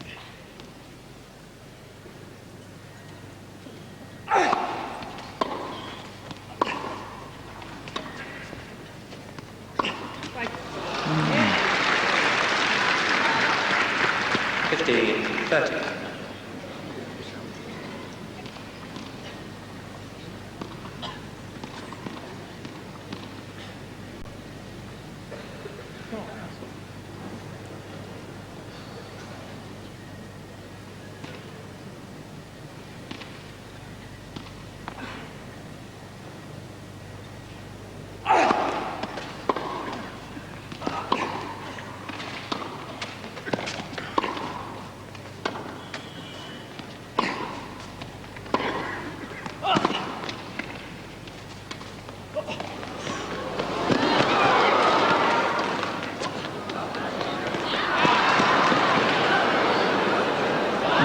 No, it hit the girders above the court. 15, 40. Well, apart from giving himself 2 break points there, Mcenroe, that really was a most terribly hard rally for Connors. That really is worth more than a point, I think. At this stage of the match, they've been on court for 2 hours and 18 minutes.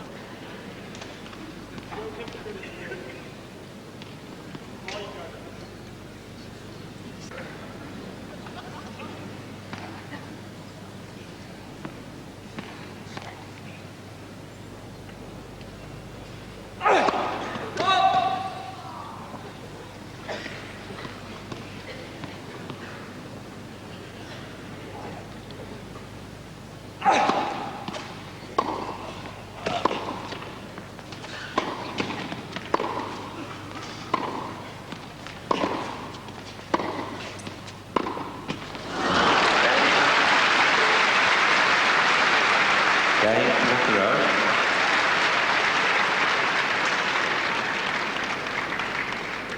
Two games all. Well, Mcenroe won the game to 40-15-40 game, but he didn't really win it by his own play. A succession of errors there by Connors. Connors would be very angry, having just broken the serve, to have lost his own immediately like that. 2-all, fourth set.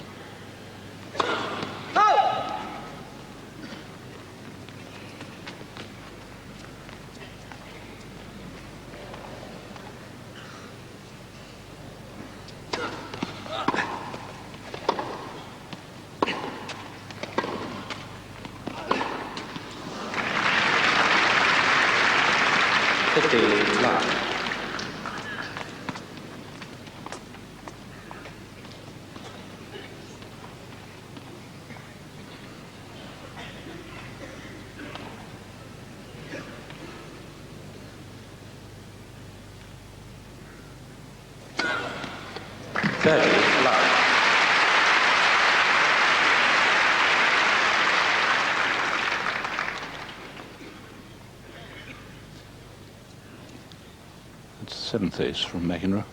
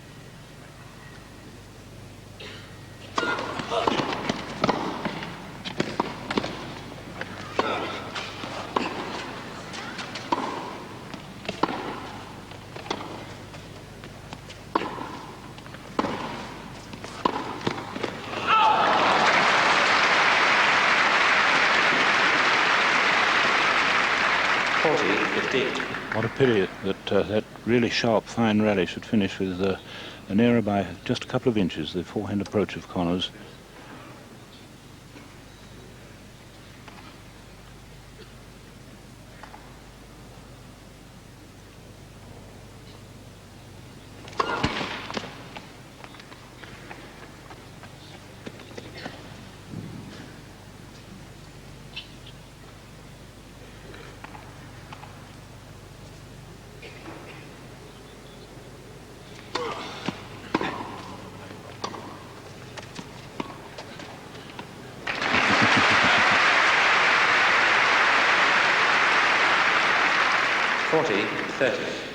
Very rarely will you see McEnroe left absolutely standing like that, as he was then.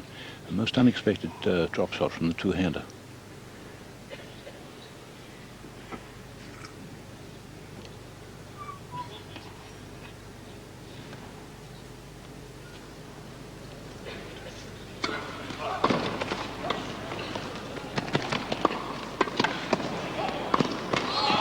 Oh, well played, Connors.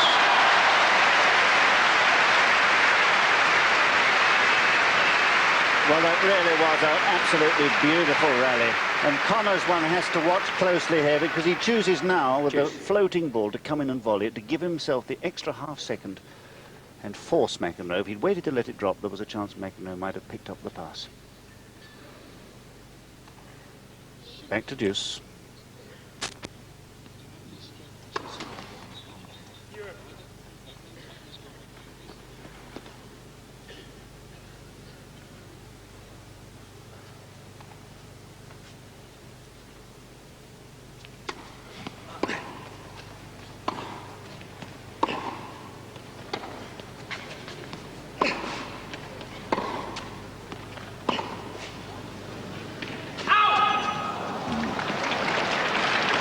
Advantage, McEnroe.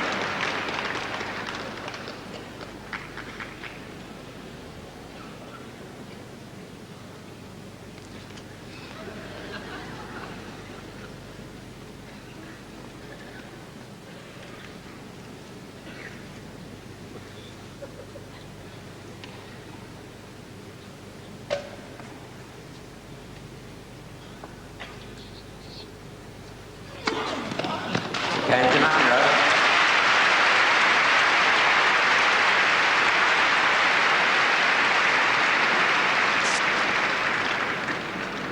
Change the balls. McEnroe leads by 3 games to 2, fourth set, and by 2 sets to 1. Having come back from 1-2 in this fourth set to lead 3-2.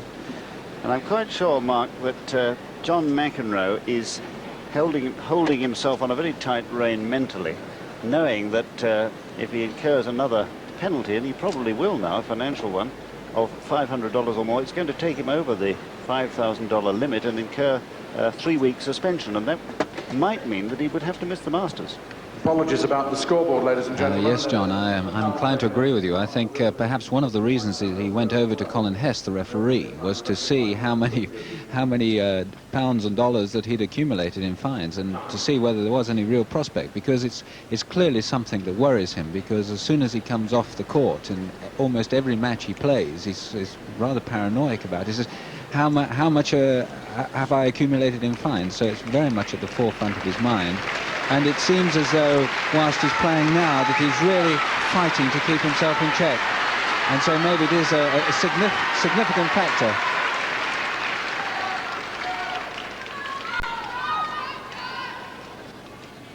So it's 3-2 to McEnroe. Connors, having lost that 2-1 lead he had with a break of serve, serving with the new balls.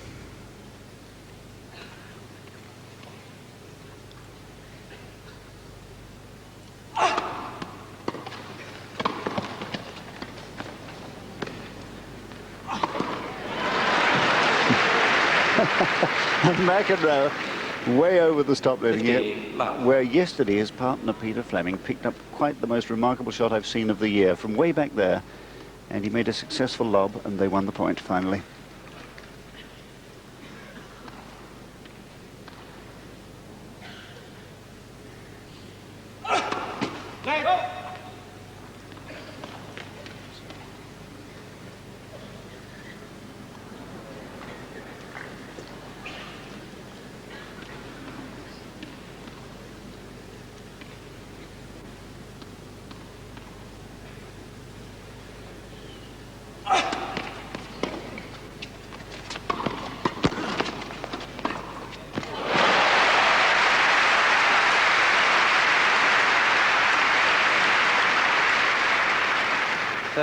Well, Jimmy Connors again is ready to latch on to anything, and it was that first shot which really made the opening for the eventual pass. The pace and power of that first volley giving a weak reply.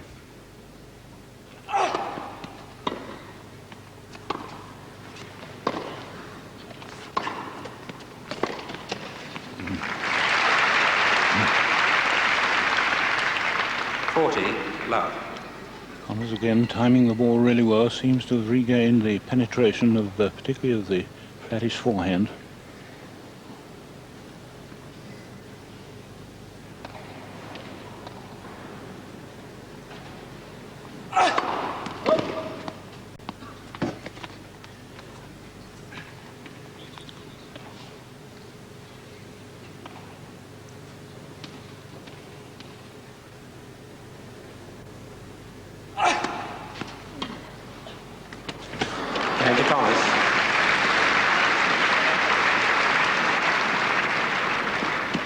Three games all. Might have been a useful tactical move there when he was 40 love behind. McEnroe to try the drop shot.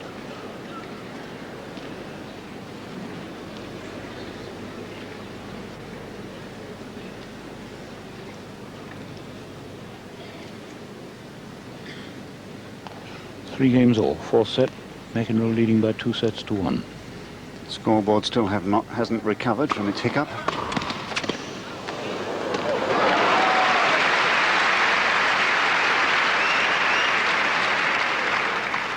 Certainly that 15. Was more than even McEnroe's quickness of eye and reflex could cope with. Beautiful reply to the feet. Love 15. Serving exhibition.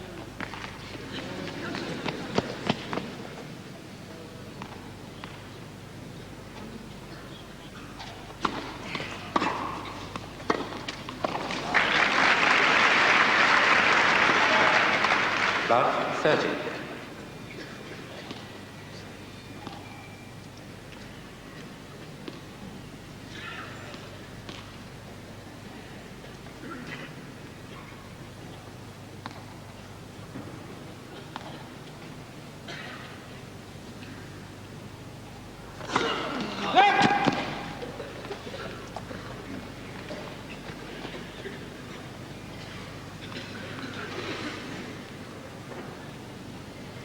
First service.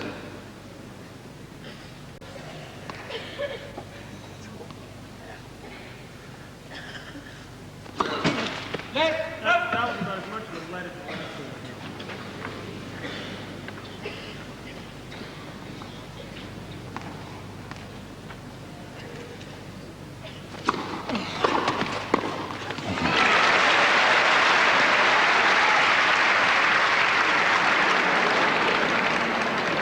Love 40. Well, it was a volleying error, but it was absolutely forced out of McEnroe by the sheer power and the low trajectory of the return of service.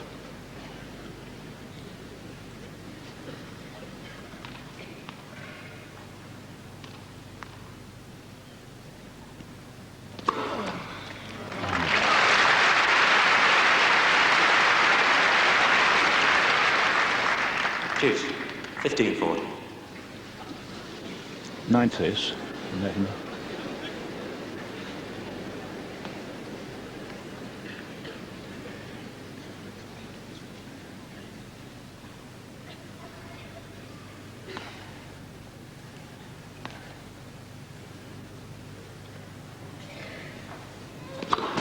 I've never served like this.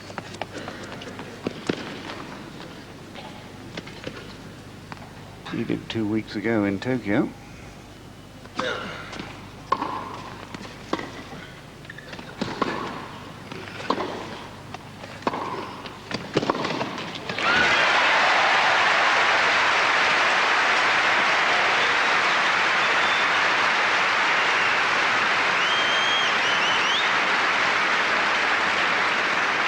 Game to Connors.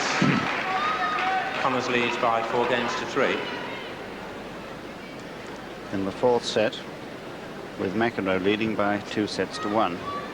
And it's worth mentioning that Tokyo situation because it's totally relevant to what's happening here now. On that occasion, he played Bill Scanlon, an old foe, in the quarterfinals and had a rather acrimonious match, having lost to him a few weeks before in San Francisco. And he was very irritated, McEnroe, by the fact that Scanlon was deliberately trying to needle him. I saw the match, and in my opinion, Scanlon went right to the limits of gamesmanship and certainly got under McEnroe's skin, and he made some abusive remarks which cost him a fine, but he didn't know about the fine until half an hour before he went out on the court to play Van Patten in the semi-final. And he was truly very angry indeed that this whole situation had developed and nothing had happened to Scanlon. And so today here, he's clearly thinking about the fines that are going to be imposed as a result of what has happened here on the court today. Part of it is own fault, it's true. But also, it must be said, a rather harsh decision initially in warning him for hitting the ball into the backstop and doing nobody any harm, really.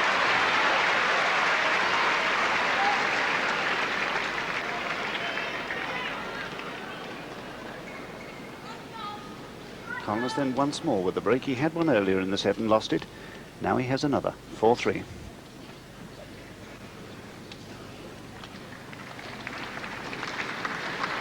Quiet, please.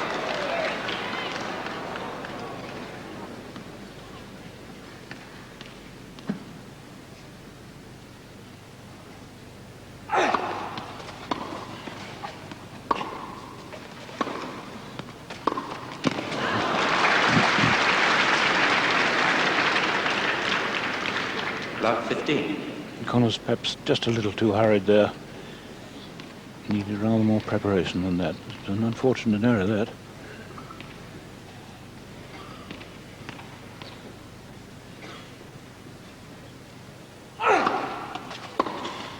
Don't wait. 15-all.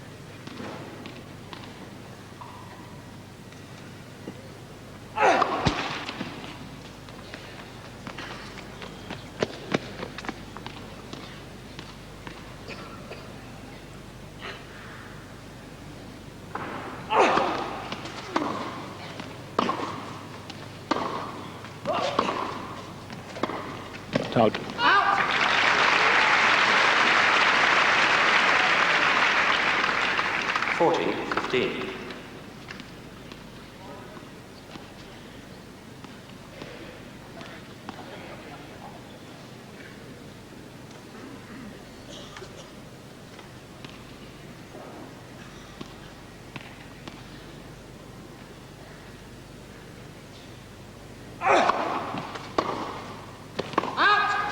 Game to Collins.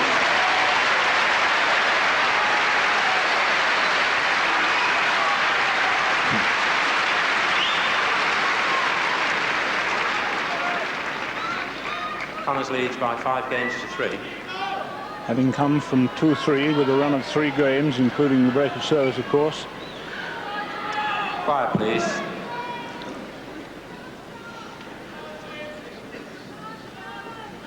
So Mcenroe serving to stay in the 4th set.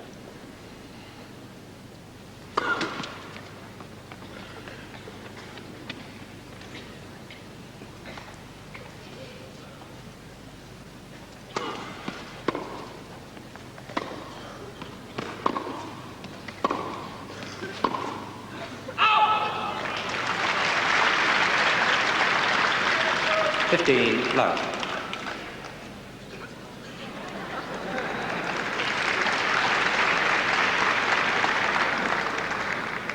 That, says Mcenroe, is where the ball landed, that he actually played back and eventually won the rally, but he thought he'd won it earlier.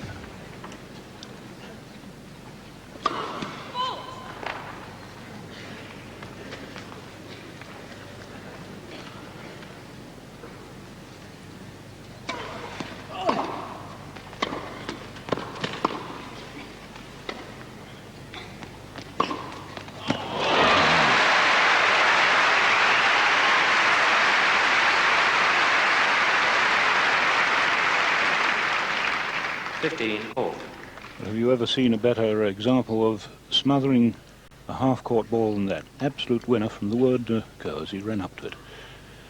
15-all.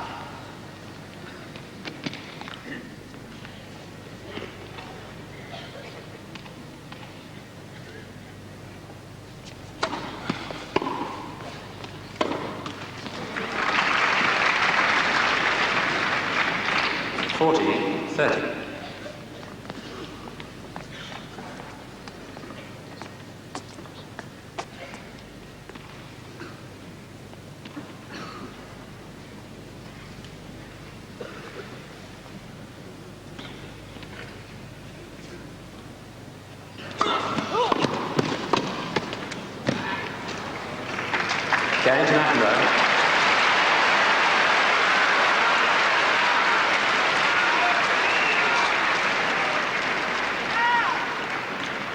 Connors leads by 5 games to 4. John, I don't think there's any question of the volley being out. It was a very fine shot. Buddy? You want to come down here and make a bet how far it was out? Water, please. Well, I believed it was in, and Mcenroe certainly felt it was in. Mark, where did you see it? Yes, I must admit I thought it was in too, and that we're going to get the benefit of seeing this again.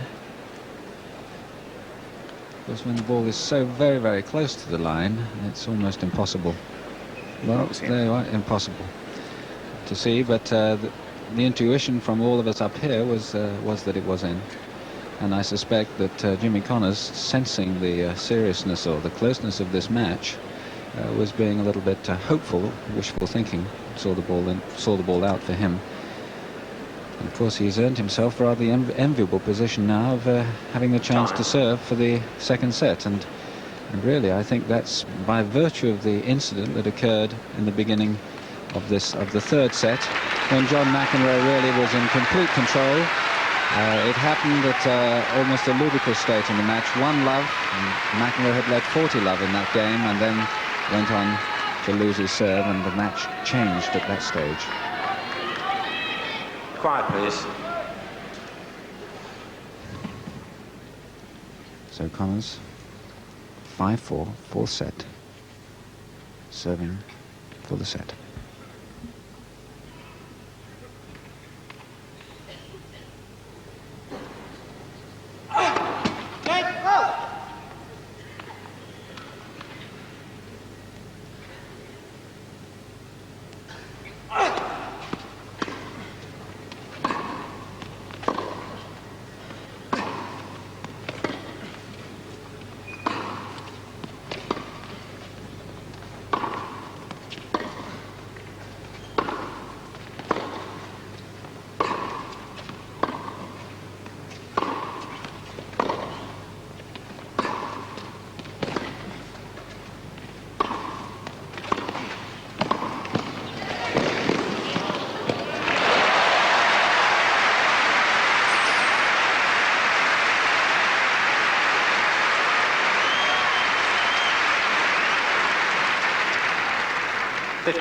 Love. Connors again waiting for the chance to come in on the right shot, which he does, and picks off that two-handed volley. Much more control, of course, when there's two hands, and earns himself a very easy kill into the open court. And that, John, that winning volley was on the 23rd stroke of the rally. Play on, please. Quiet, please, ladies and gentlemen. Disturbing this tendency of the crowd to call out at the players.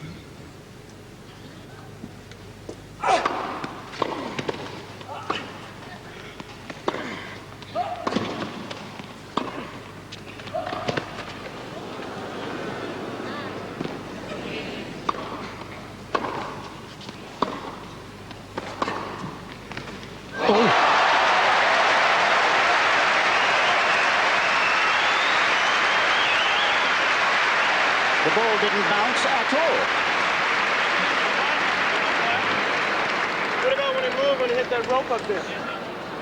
How could you not see it? Are you watching? No, you didn't see it. McEnroe believes that the ball hit the rope. 30 love.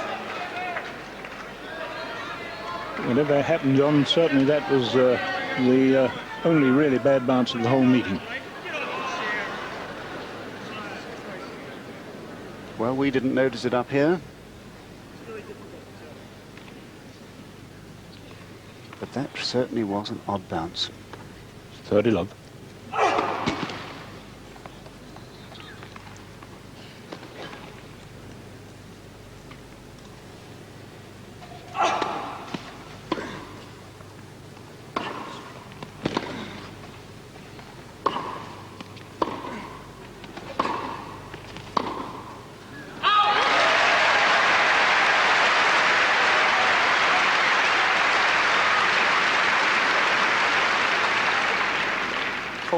Love. 3 set points to make it 2 sets all.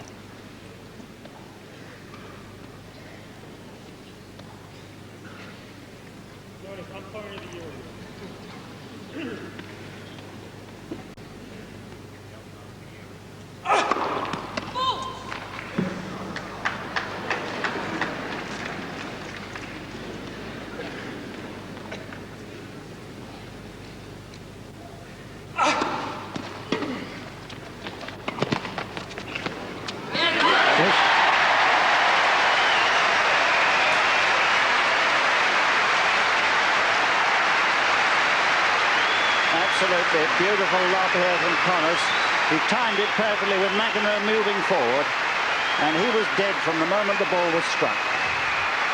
And what a marvellous way to level this match at 2 sets all, with positive play from Jimmy Connors, who now seems to be enjoying a new lease of life.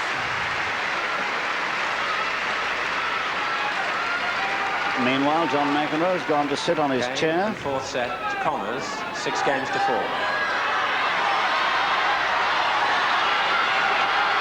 And they've been on court now for 2 3/4 hours plus. And it remains to be seen which man Quiet, please. retains his composure best in what is likely to be a rather hurly-burly final set. Quiet, please, ladies and gentlemen. Final set. McEnroe to serve.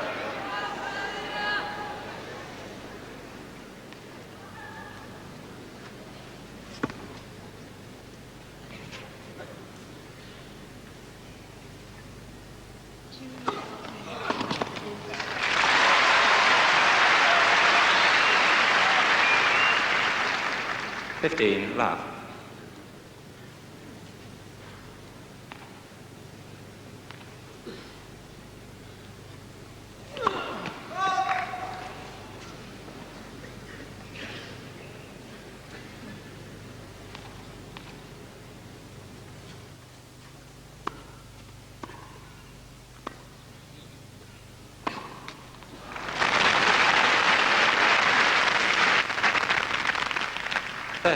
Love.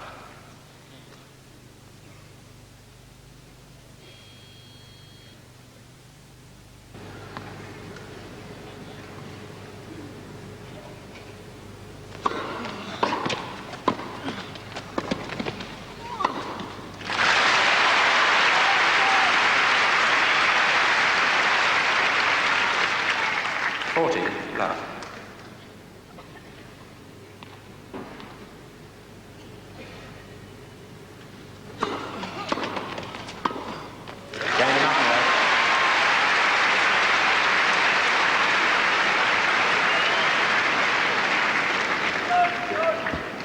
First game, final set. Well, this is a very intriguing situation. Neither of these men has lost a match at Wembley. Connors won the inaugural tournament here in 1976, beating Tanner in the final, and McEnroe has won the last 3 championships here. The other interesting factor is that they played 2 5-set matches, 2 best-of-5-set matches in their the number of times they've met before, and in 5-set matches they are 1 all. Last occasion, one of those, of course, was at the US Open semi-final. 7-6 in the final set that time to McEnroe, who's won 5 of the last 7 meetings between them. And it seemed to me that McEnroe in that first game of the 5th set had composed himself. He played so much better, he played positively. Mark, I think we're going to see a quite different McEnroe in this last set from the rather petulant and depressed one of the 4th set. Well, certainly, John, he has to pull himself together, and certainly that last game was an indication that he had done just that. It was the best game he played on his serve in the entire match. He was very much quicker into the net, and he served very much better. There were almost signs in the end of that 4th set that he was looking a little bit jaded and lethargic, but of course he's a man of tremendous hidden reserves, and I suspect it was all the mental turmoil that was going on that was making him just that little bit slower around the court. So it's Connors now to serve. Love 1, 5th set.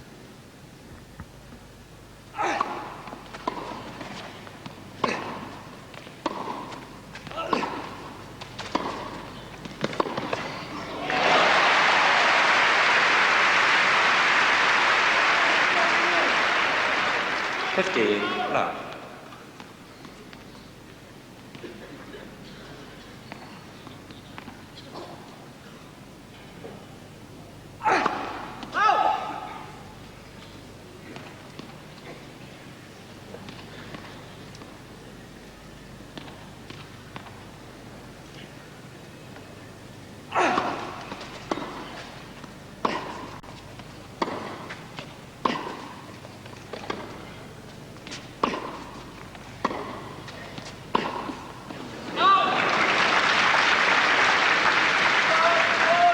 15 all.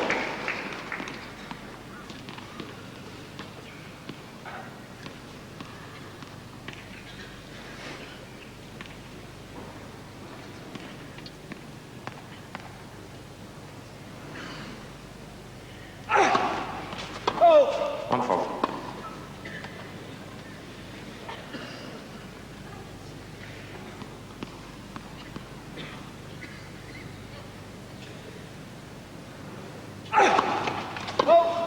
Why the hell are you throwing that ball there? Why don't you call that? Well, because 15, 30. there are two men on the service line, and they call the one farthest from them.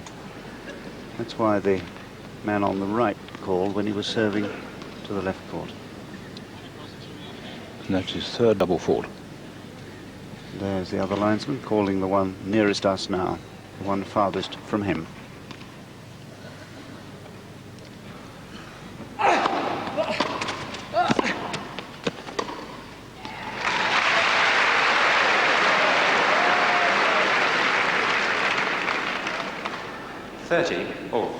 And the adrenaline certainly flowing in Connors now. That was a really fierce serve and perhaps a fiercer volley. Quiet, please.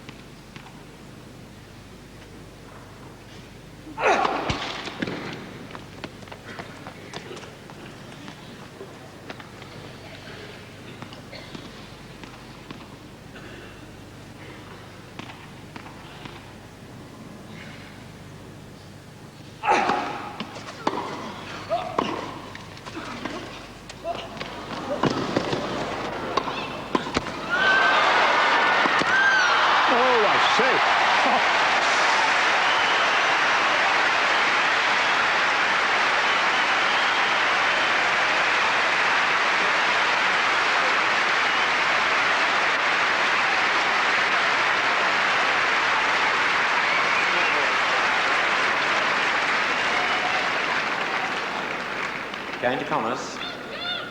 On game all. Well, that's one of the most remarkable rallies I've ever seen. And I wonder whether John Mcenroe did hurt himself at the end of that rally.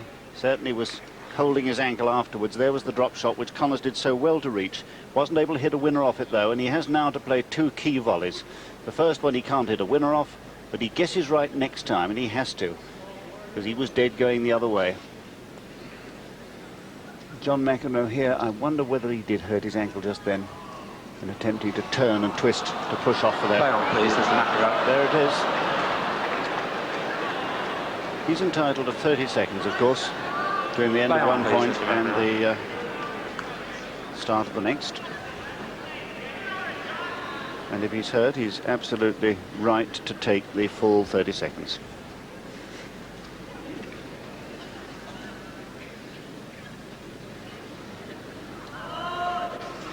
One game all.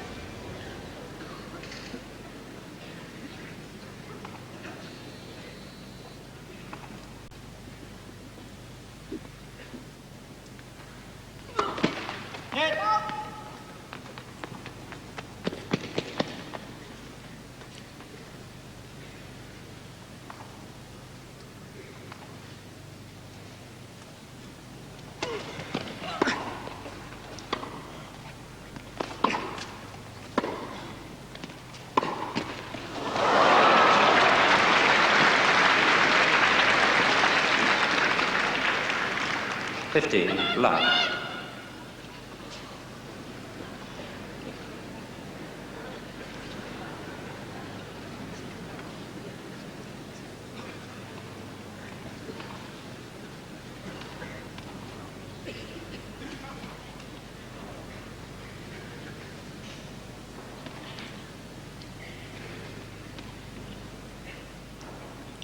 15 love.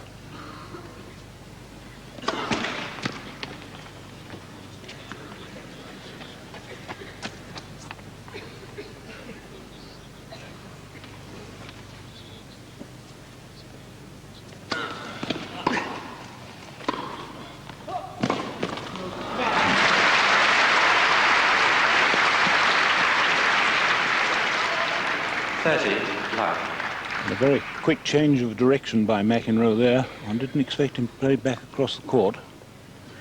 Connors certainly didn't.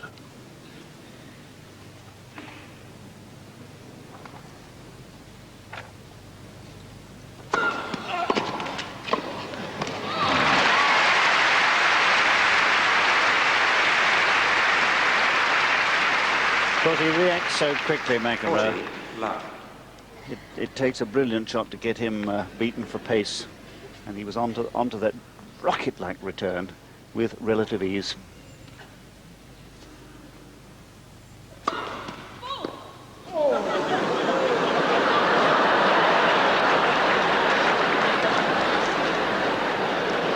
please, ladies and gentlemen.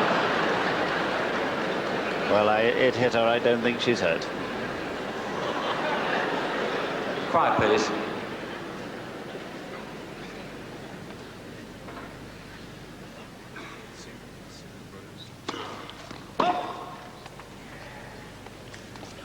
.40-15. Each man now served three double faults.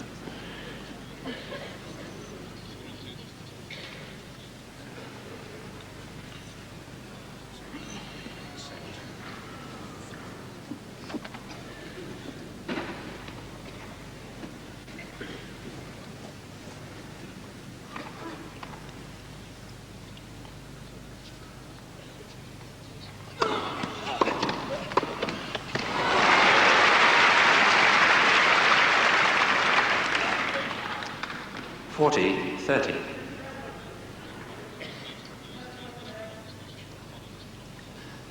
And those keen rugby followers who are waiting for Rugby Special, the news is that that programme will follow immediately on the conclusion of this match. Quiet, please.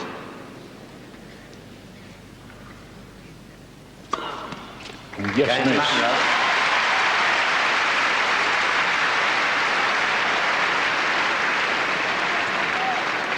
Mcenroe leads by 2-1, final set. John, that's his 10th ace. Mcenroe and his opponent hasn't served one. No, you're causing a hassle by telling me to play on when I hurt my ankle. That's what's causing me a hassle, all right? When you're stupidity, all right? You hear what I'm saying? Stupidity. Oh, okay, that was part of my injury time, all right? That was 20 seconds of my injury time. Well, I think that's self-explanatory. And we made the point that he was absolutely right, having ricked or wrenched his right ankle, certainly not sprained it. He wouldn't have been able to continue if he Only had. make it worse by saying to play on when I've actually hurt myself. It doesn't have to be continuous if I hurt myself. Oh, okay, that's right. Oh, thanks a lot. He's I absolutely always go around making a faking, valid I'm a real, point. I just quit and just, you know, pretend like I'm faking injuries just to save points. The You know umpire that, is why'd you say supposed to give discretion in the case of injury. Well, how did you? I thought you knew it. If you knew it, why did you say anything? You obviously didn't know it. Well, he usually plays well when he's in this sort of mood, with the world against him.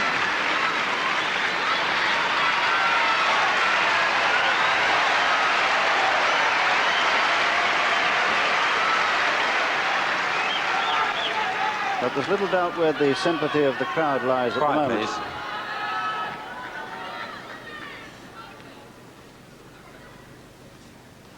No breaks in the final set. Connors 1-2.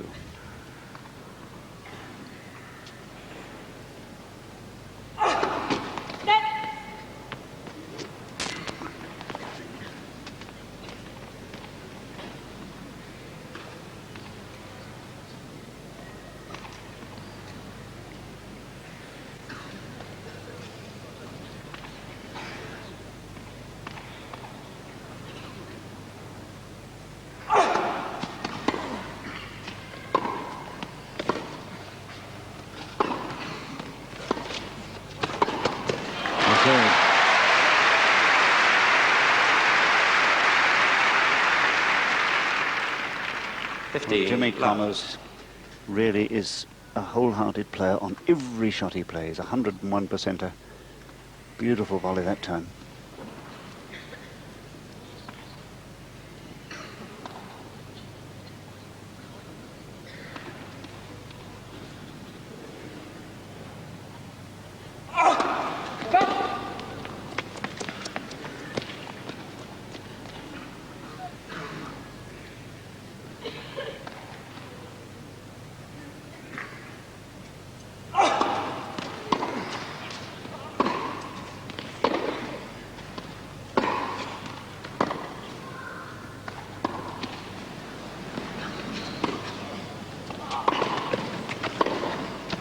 No, right.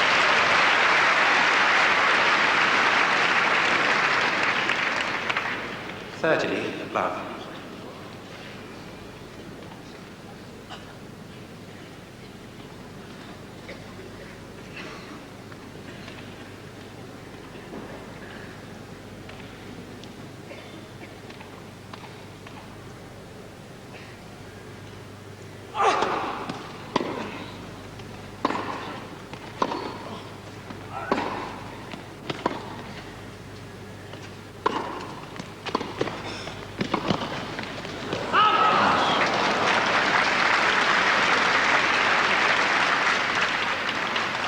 .15. I think it is really rather extraordinary after 3 hours and 3 minutes of play that they can play a rally of that speed. Apart from the power of hitting the ball, the actual speed was incredible.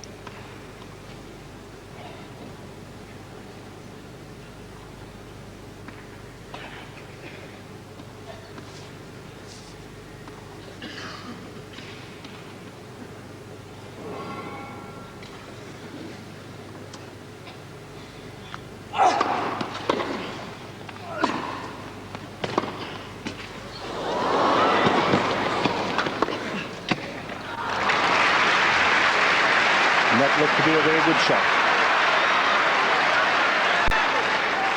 30 all.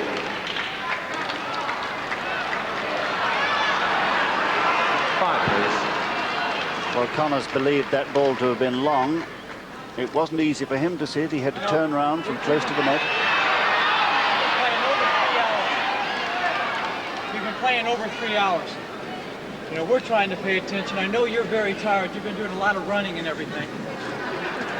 So just try to pay a little bit of attention. Well, you see, Jimmy is asking John Parry indirectly to change that call, but he is as sure as we were that it was in.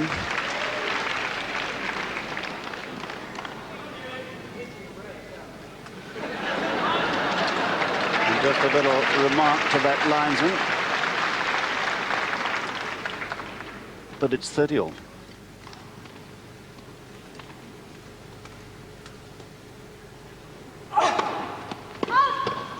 Correction. Ball was good.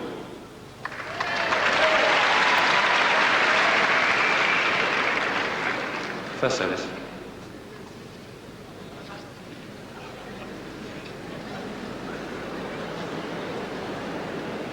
Frankly, this is why, Dan, I think this is such a bad rule. Well, John, there are a lot of rules that are bad that have been shown up, I think, today, don't you? Yes, we've got to get the disciplinary procedure much tidier than it is now.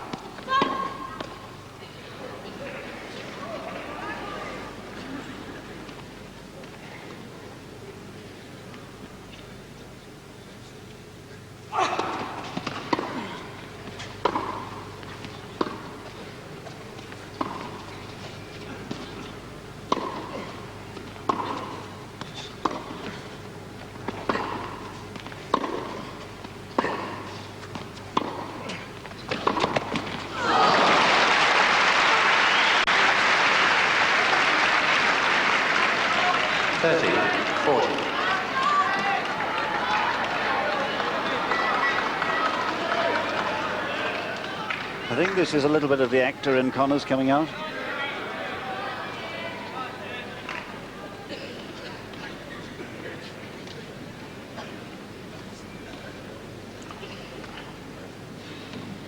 So it's a break point.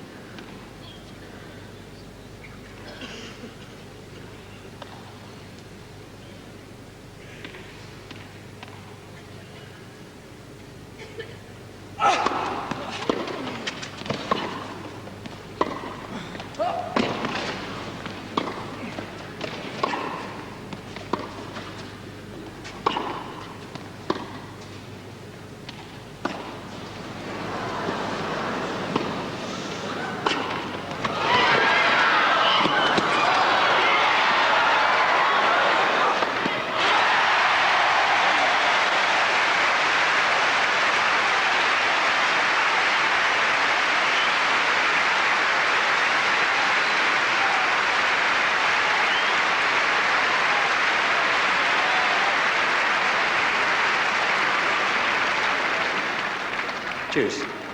Ladies and gentlemen, will you please remain silent during the rallies? Well, it's very hard to remain silent during the rally as much as we'd like the crowd to do so, but that was really one of the most exciting rallies you could ever see. Tremendous play by both men.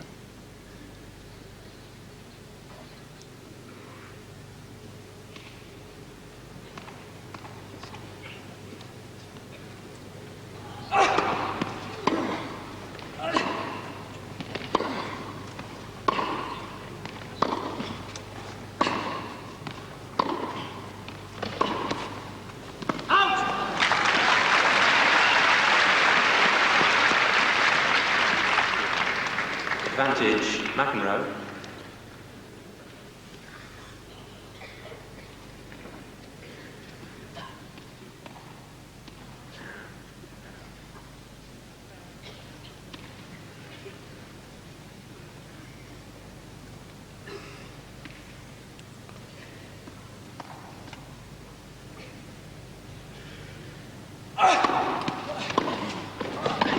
Well played.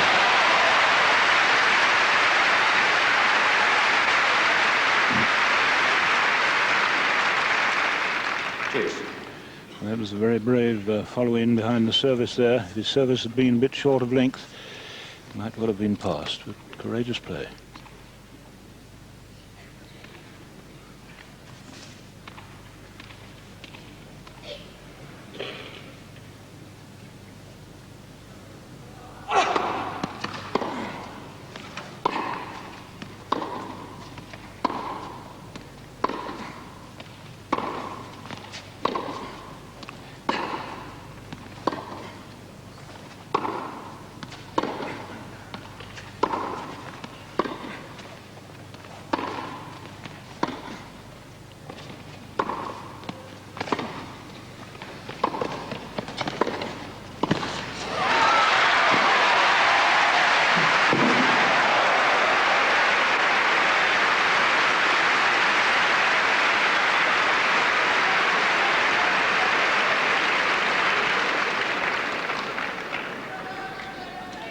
Well, part of the arena there being destroyed Advantage, Connors.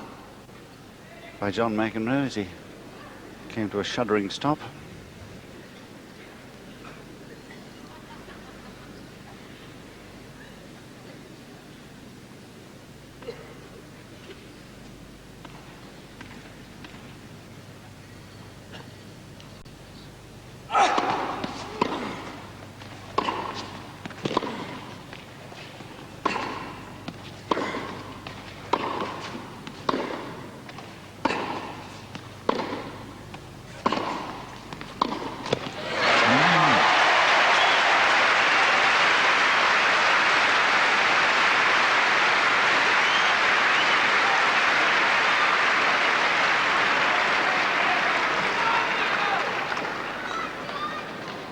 Two games all. Well, that was something of a psychological victory for Connors in that game. He had 2 break points against him, brought the score to 2-all, and we must remember that there is no tie-break in this final set. And on court now at 3 hours and 11 minutes. Sit down, please, ladies and gentlemen.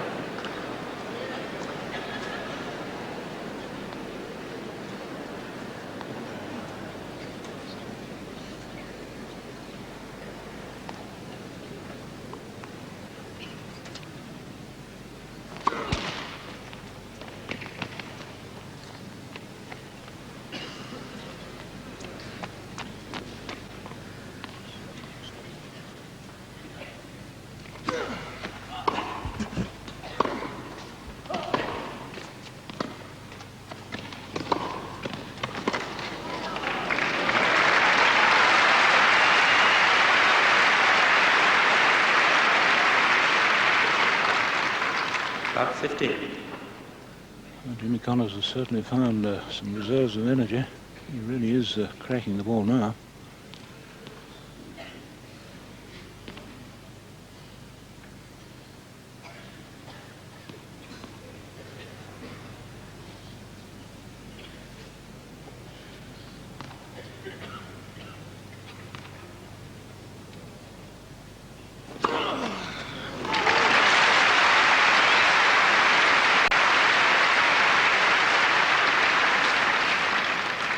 15 all. 11th ace, McEnroe.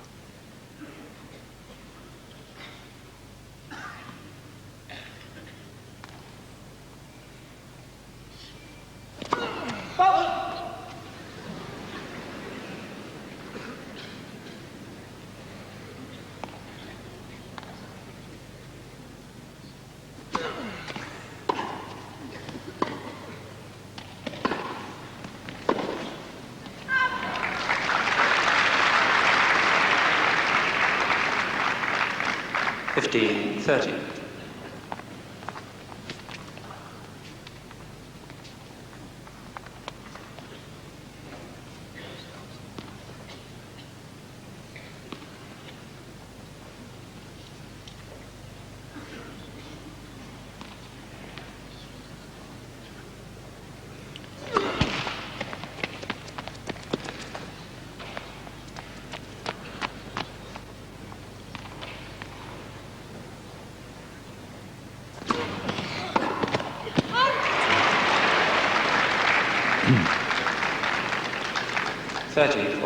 O'Connor's still thinking there. He took a chance running round to get his two-hander down that line.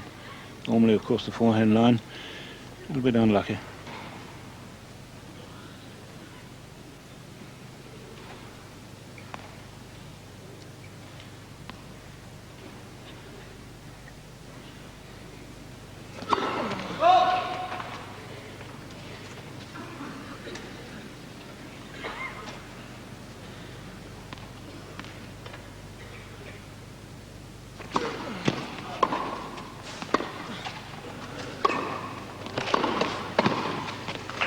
Oh, what a lovely volley.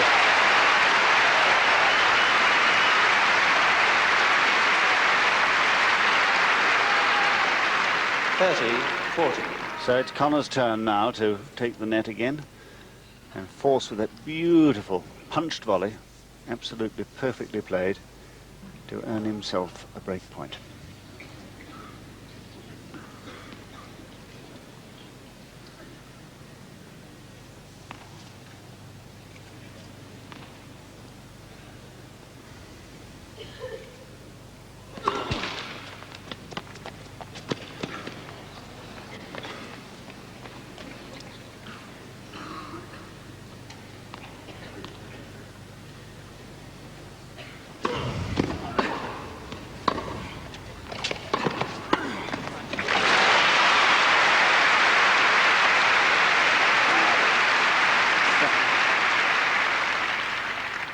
Juice.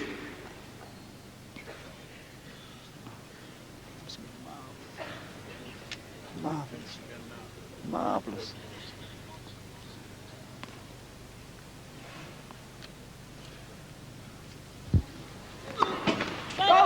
What do people talk in the middle of my serve every single time?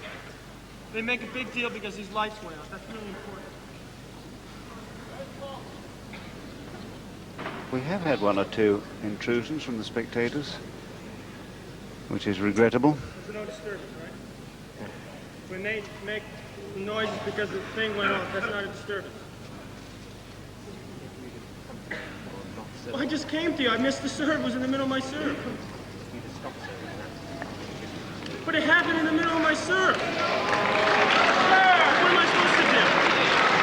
If I stopped, it would have been any point.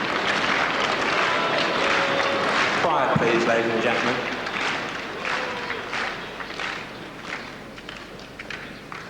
People started to talk because the lights went out on the scoreboard, and one or two people mentioned it, and McEnroe heard them in the middle of his service action on the first serve.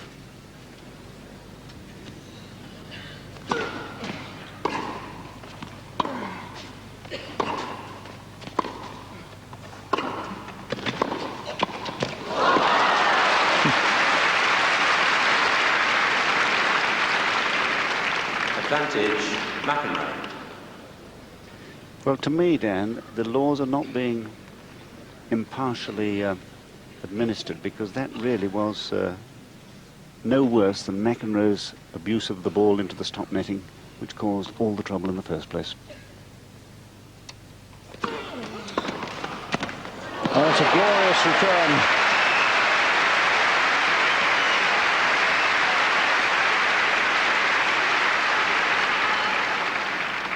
Deuce. Well, of course, you do take the risk serving out wide. We say it so often, but it's so true, of having the ball hit down the line like that. Deuce.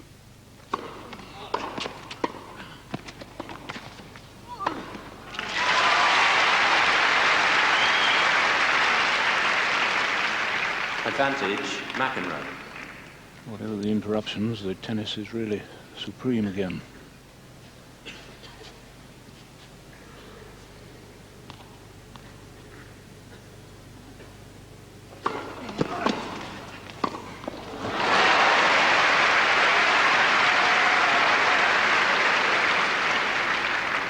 Deuce.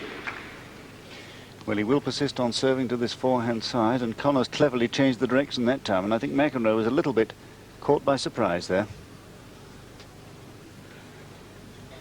Deuce for the third time.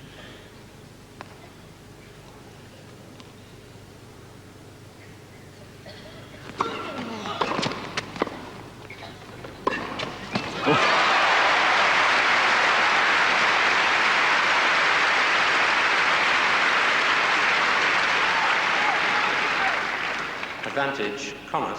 How did McEnroe squeeze that in for a winner there? Unbelievable. Connors, rather.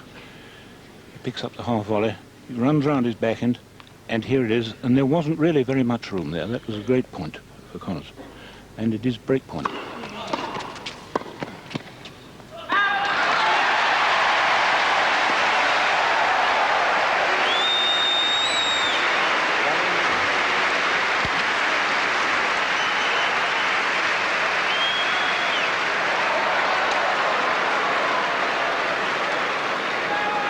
Game to Connors. Connors leads by 3 games to 2. Well, now, is that the turning point? That's the first time in 3 hours and 19 minutes of play that Connors has taken the lead. By 1 game, it's true, but he has taken the lead. Well, he's certainly playing well enough now on the return of serve to have earned his lead. And John Parry there, the umpire, we believe, has asked the referee, Colin Hess, a question. Whether he's asked him to come across, I don't know. Misconduct. Probably. Mr. McEnroe, point.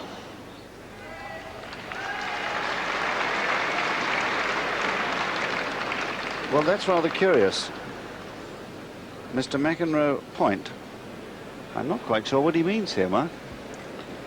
The only thing I can think of that it can mean that he loses the first point in the next game, another point penalty. But I thought that was a rule that they had withdrawn, and that the next punishment penalty would be 1 game, not another point. But we'll certainly very quickly find out when he calls the score.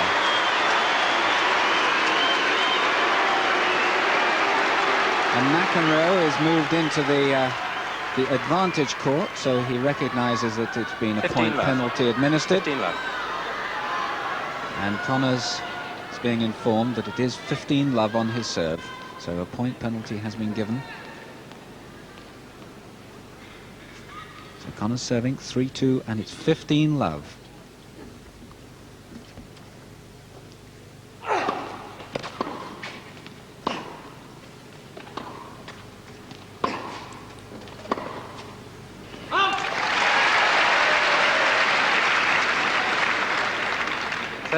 Love. The only thing I can think of, McEnroe did hit the ball up into the roof at the end of the last game, and I think that's what must have been responsible.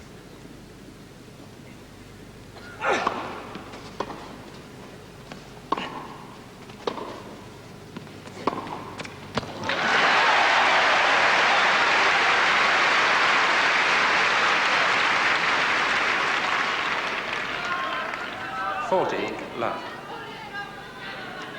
Quiet, please. Well, I hope, Dan, that McEnroe isn't throwing this match now after all the fuss we've had. He certainly made no effort to play that last ball. Well, if he does, John, it wouldn't be worthy at all, would it, of a Wimbledon and American champion?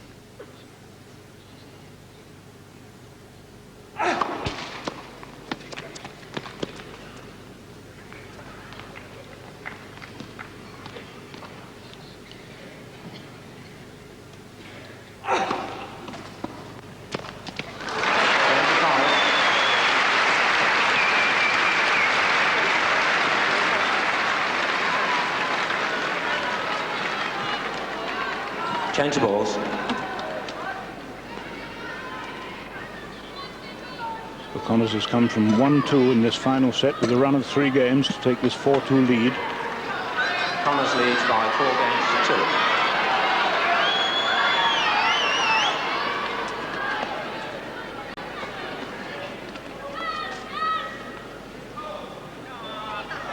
2. Seems to be carrying on a discussion now with people in the crowd. Quiet, please, ladies and gentlemen.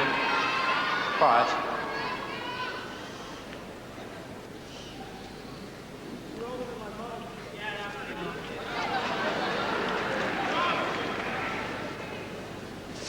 Two, 4.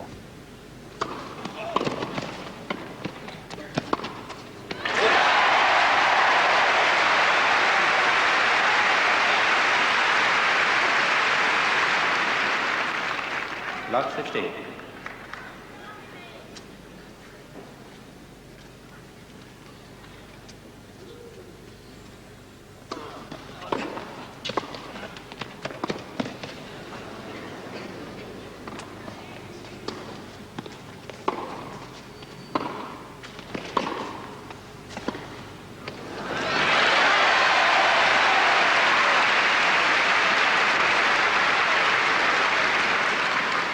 Love 30.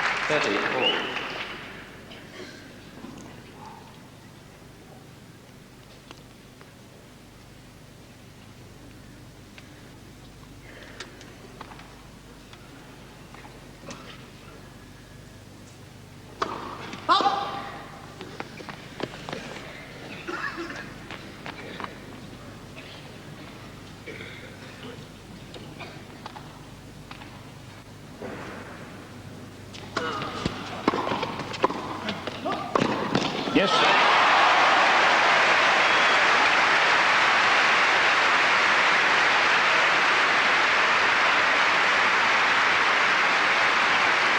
Well, Jimmy Connors now is so 30, charged up 40. that he's able to hit these passing shots with tremendous accuracy. Moving to the right place nice and early. Break point.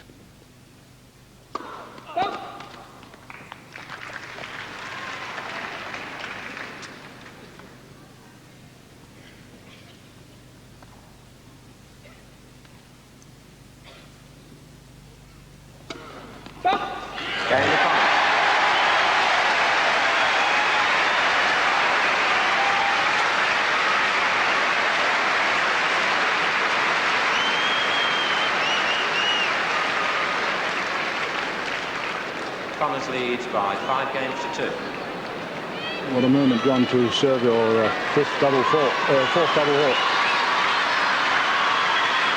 Well, there's a terrific commotion going on now among the spectators, and John Mcenroe hasn't even bothered to towel down. And I'm sorry to say that it does look as if he was not really in contention in that last game, Mark. I don't think he was trying very hard. He's won 19 matches here in a row, and at the 20th hurdle, it looks as if he might now fall by a knife administered on himself. Yes, it's one of the few occasions, if this does happen, that that John Mcenroe will have lost from his own misdemeanors on the court, because normally it upsets his opponent to such an extent that he tends to improve from the situation. And as we can clearly hear from the applause, that most of the support is with Jimmy Connors, who really has put on a superb performance of of guts and fight, which is characteristic of his entire style of play. And he's earned himself now the chance to serve for the match. 5-2.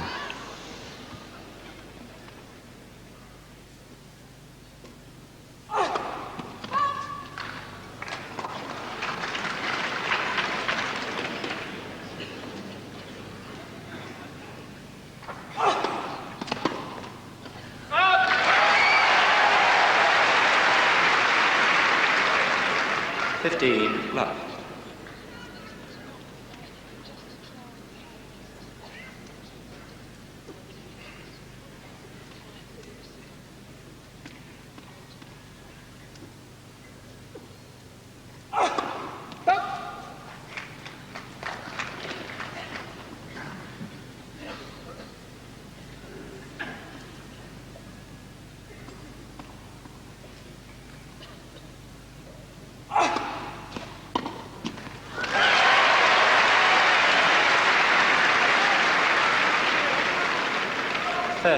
Love.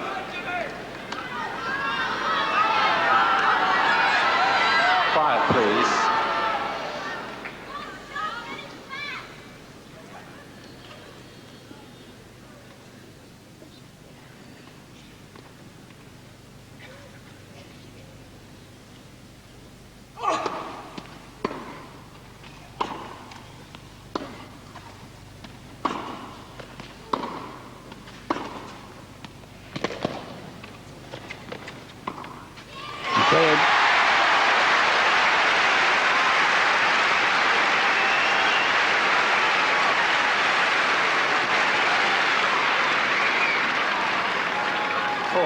Love. So 3 match points for Jimmy Connors. Please.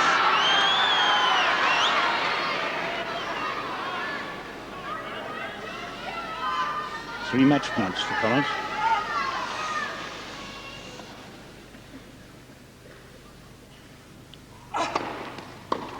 That's it.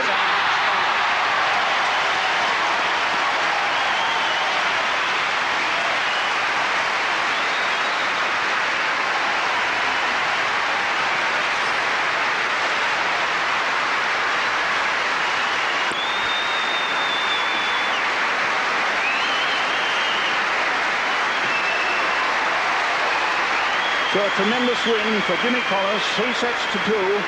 A match that was full of good tennis, but the behaviour was appalling, and one can only imagine that the professional counsel and those responsible for the conduct of the game will now seriously sit down and really try and rescue this game from such as we've seen here today.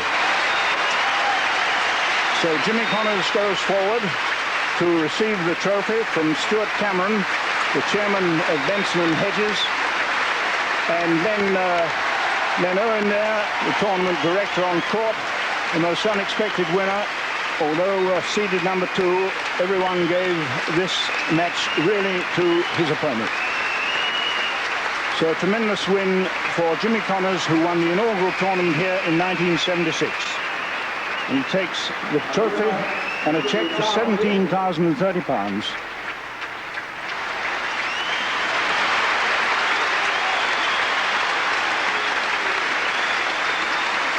So the Wimbledon, an American champion, takes 2nd place here. And in spite of what has been an appalling display, really, of behaviour, he still gets a tremendous ovation from a section of the crowd. And the only other names on that trophy, apart from the 2 men in your picture, is that of Borg, who won in 1977. And I wonder, Dan, whether what has happened on this unhappy court today will mean that John McEnroe will choose not to return to this country to defend his Wimbledon championship next year, and perhaps not even to come back for this tournament. I have to ask you, though, what good you think that sort of situation does for the game of tennis? I think it's good in a lot of ways, and I think it's maybe a little shaky in some ways. I think it's good because it brings a full house in like this.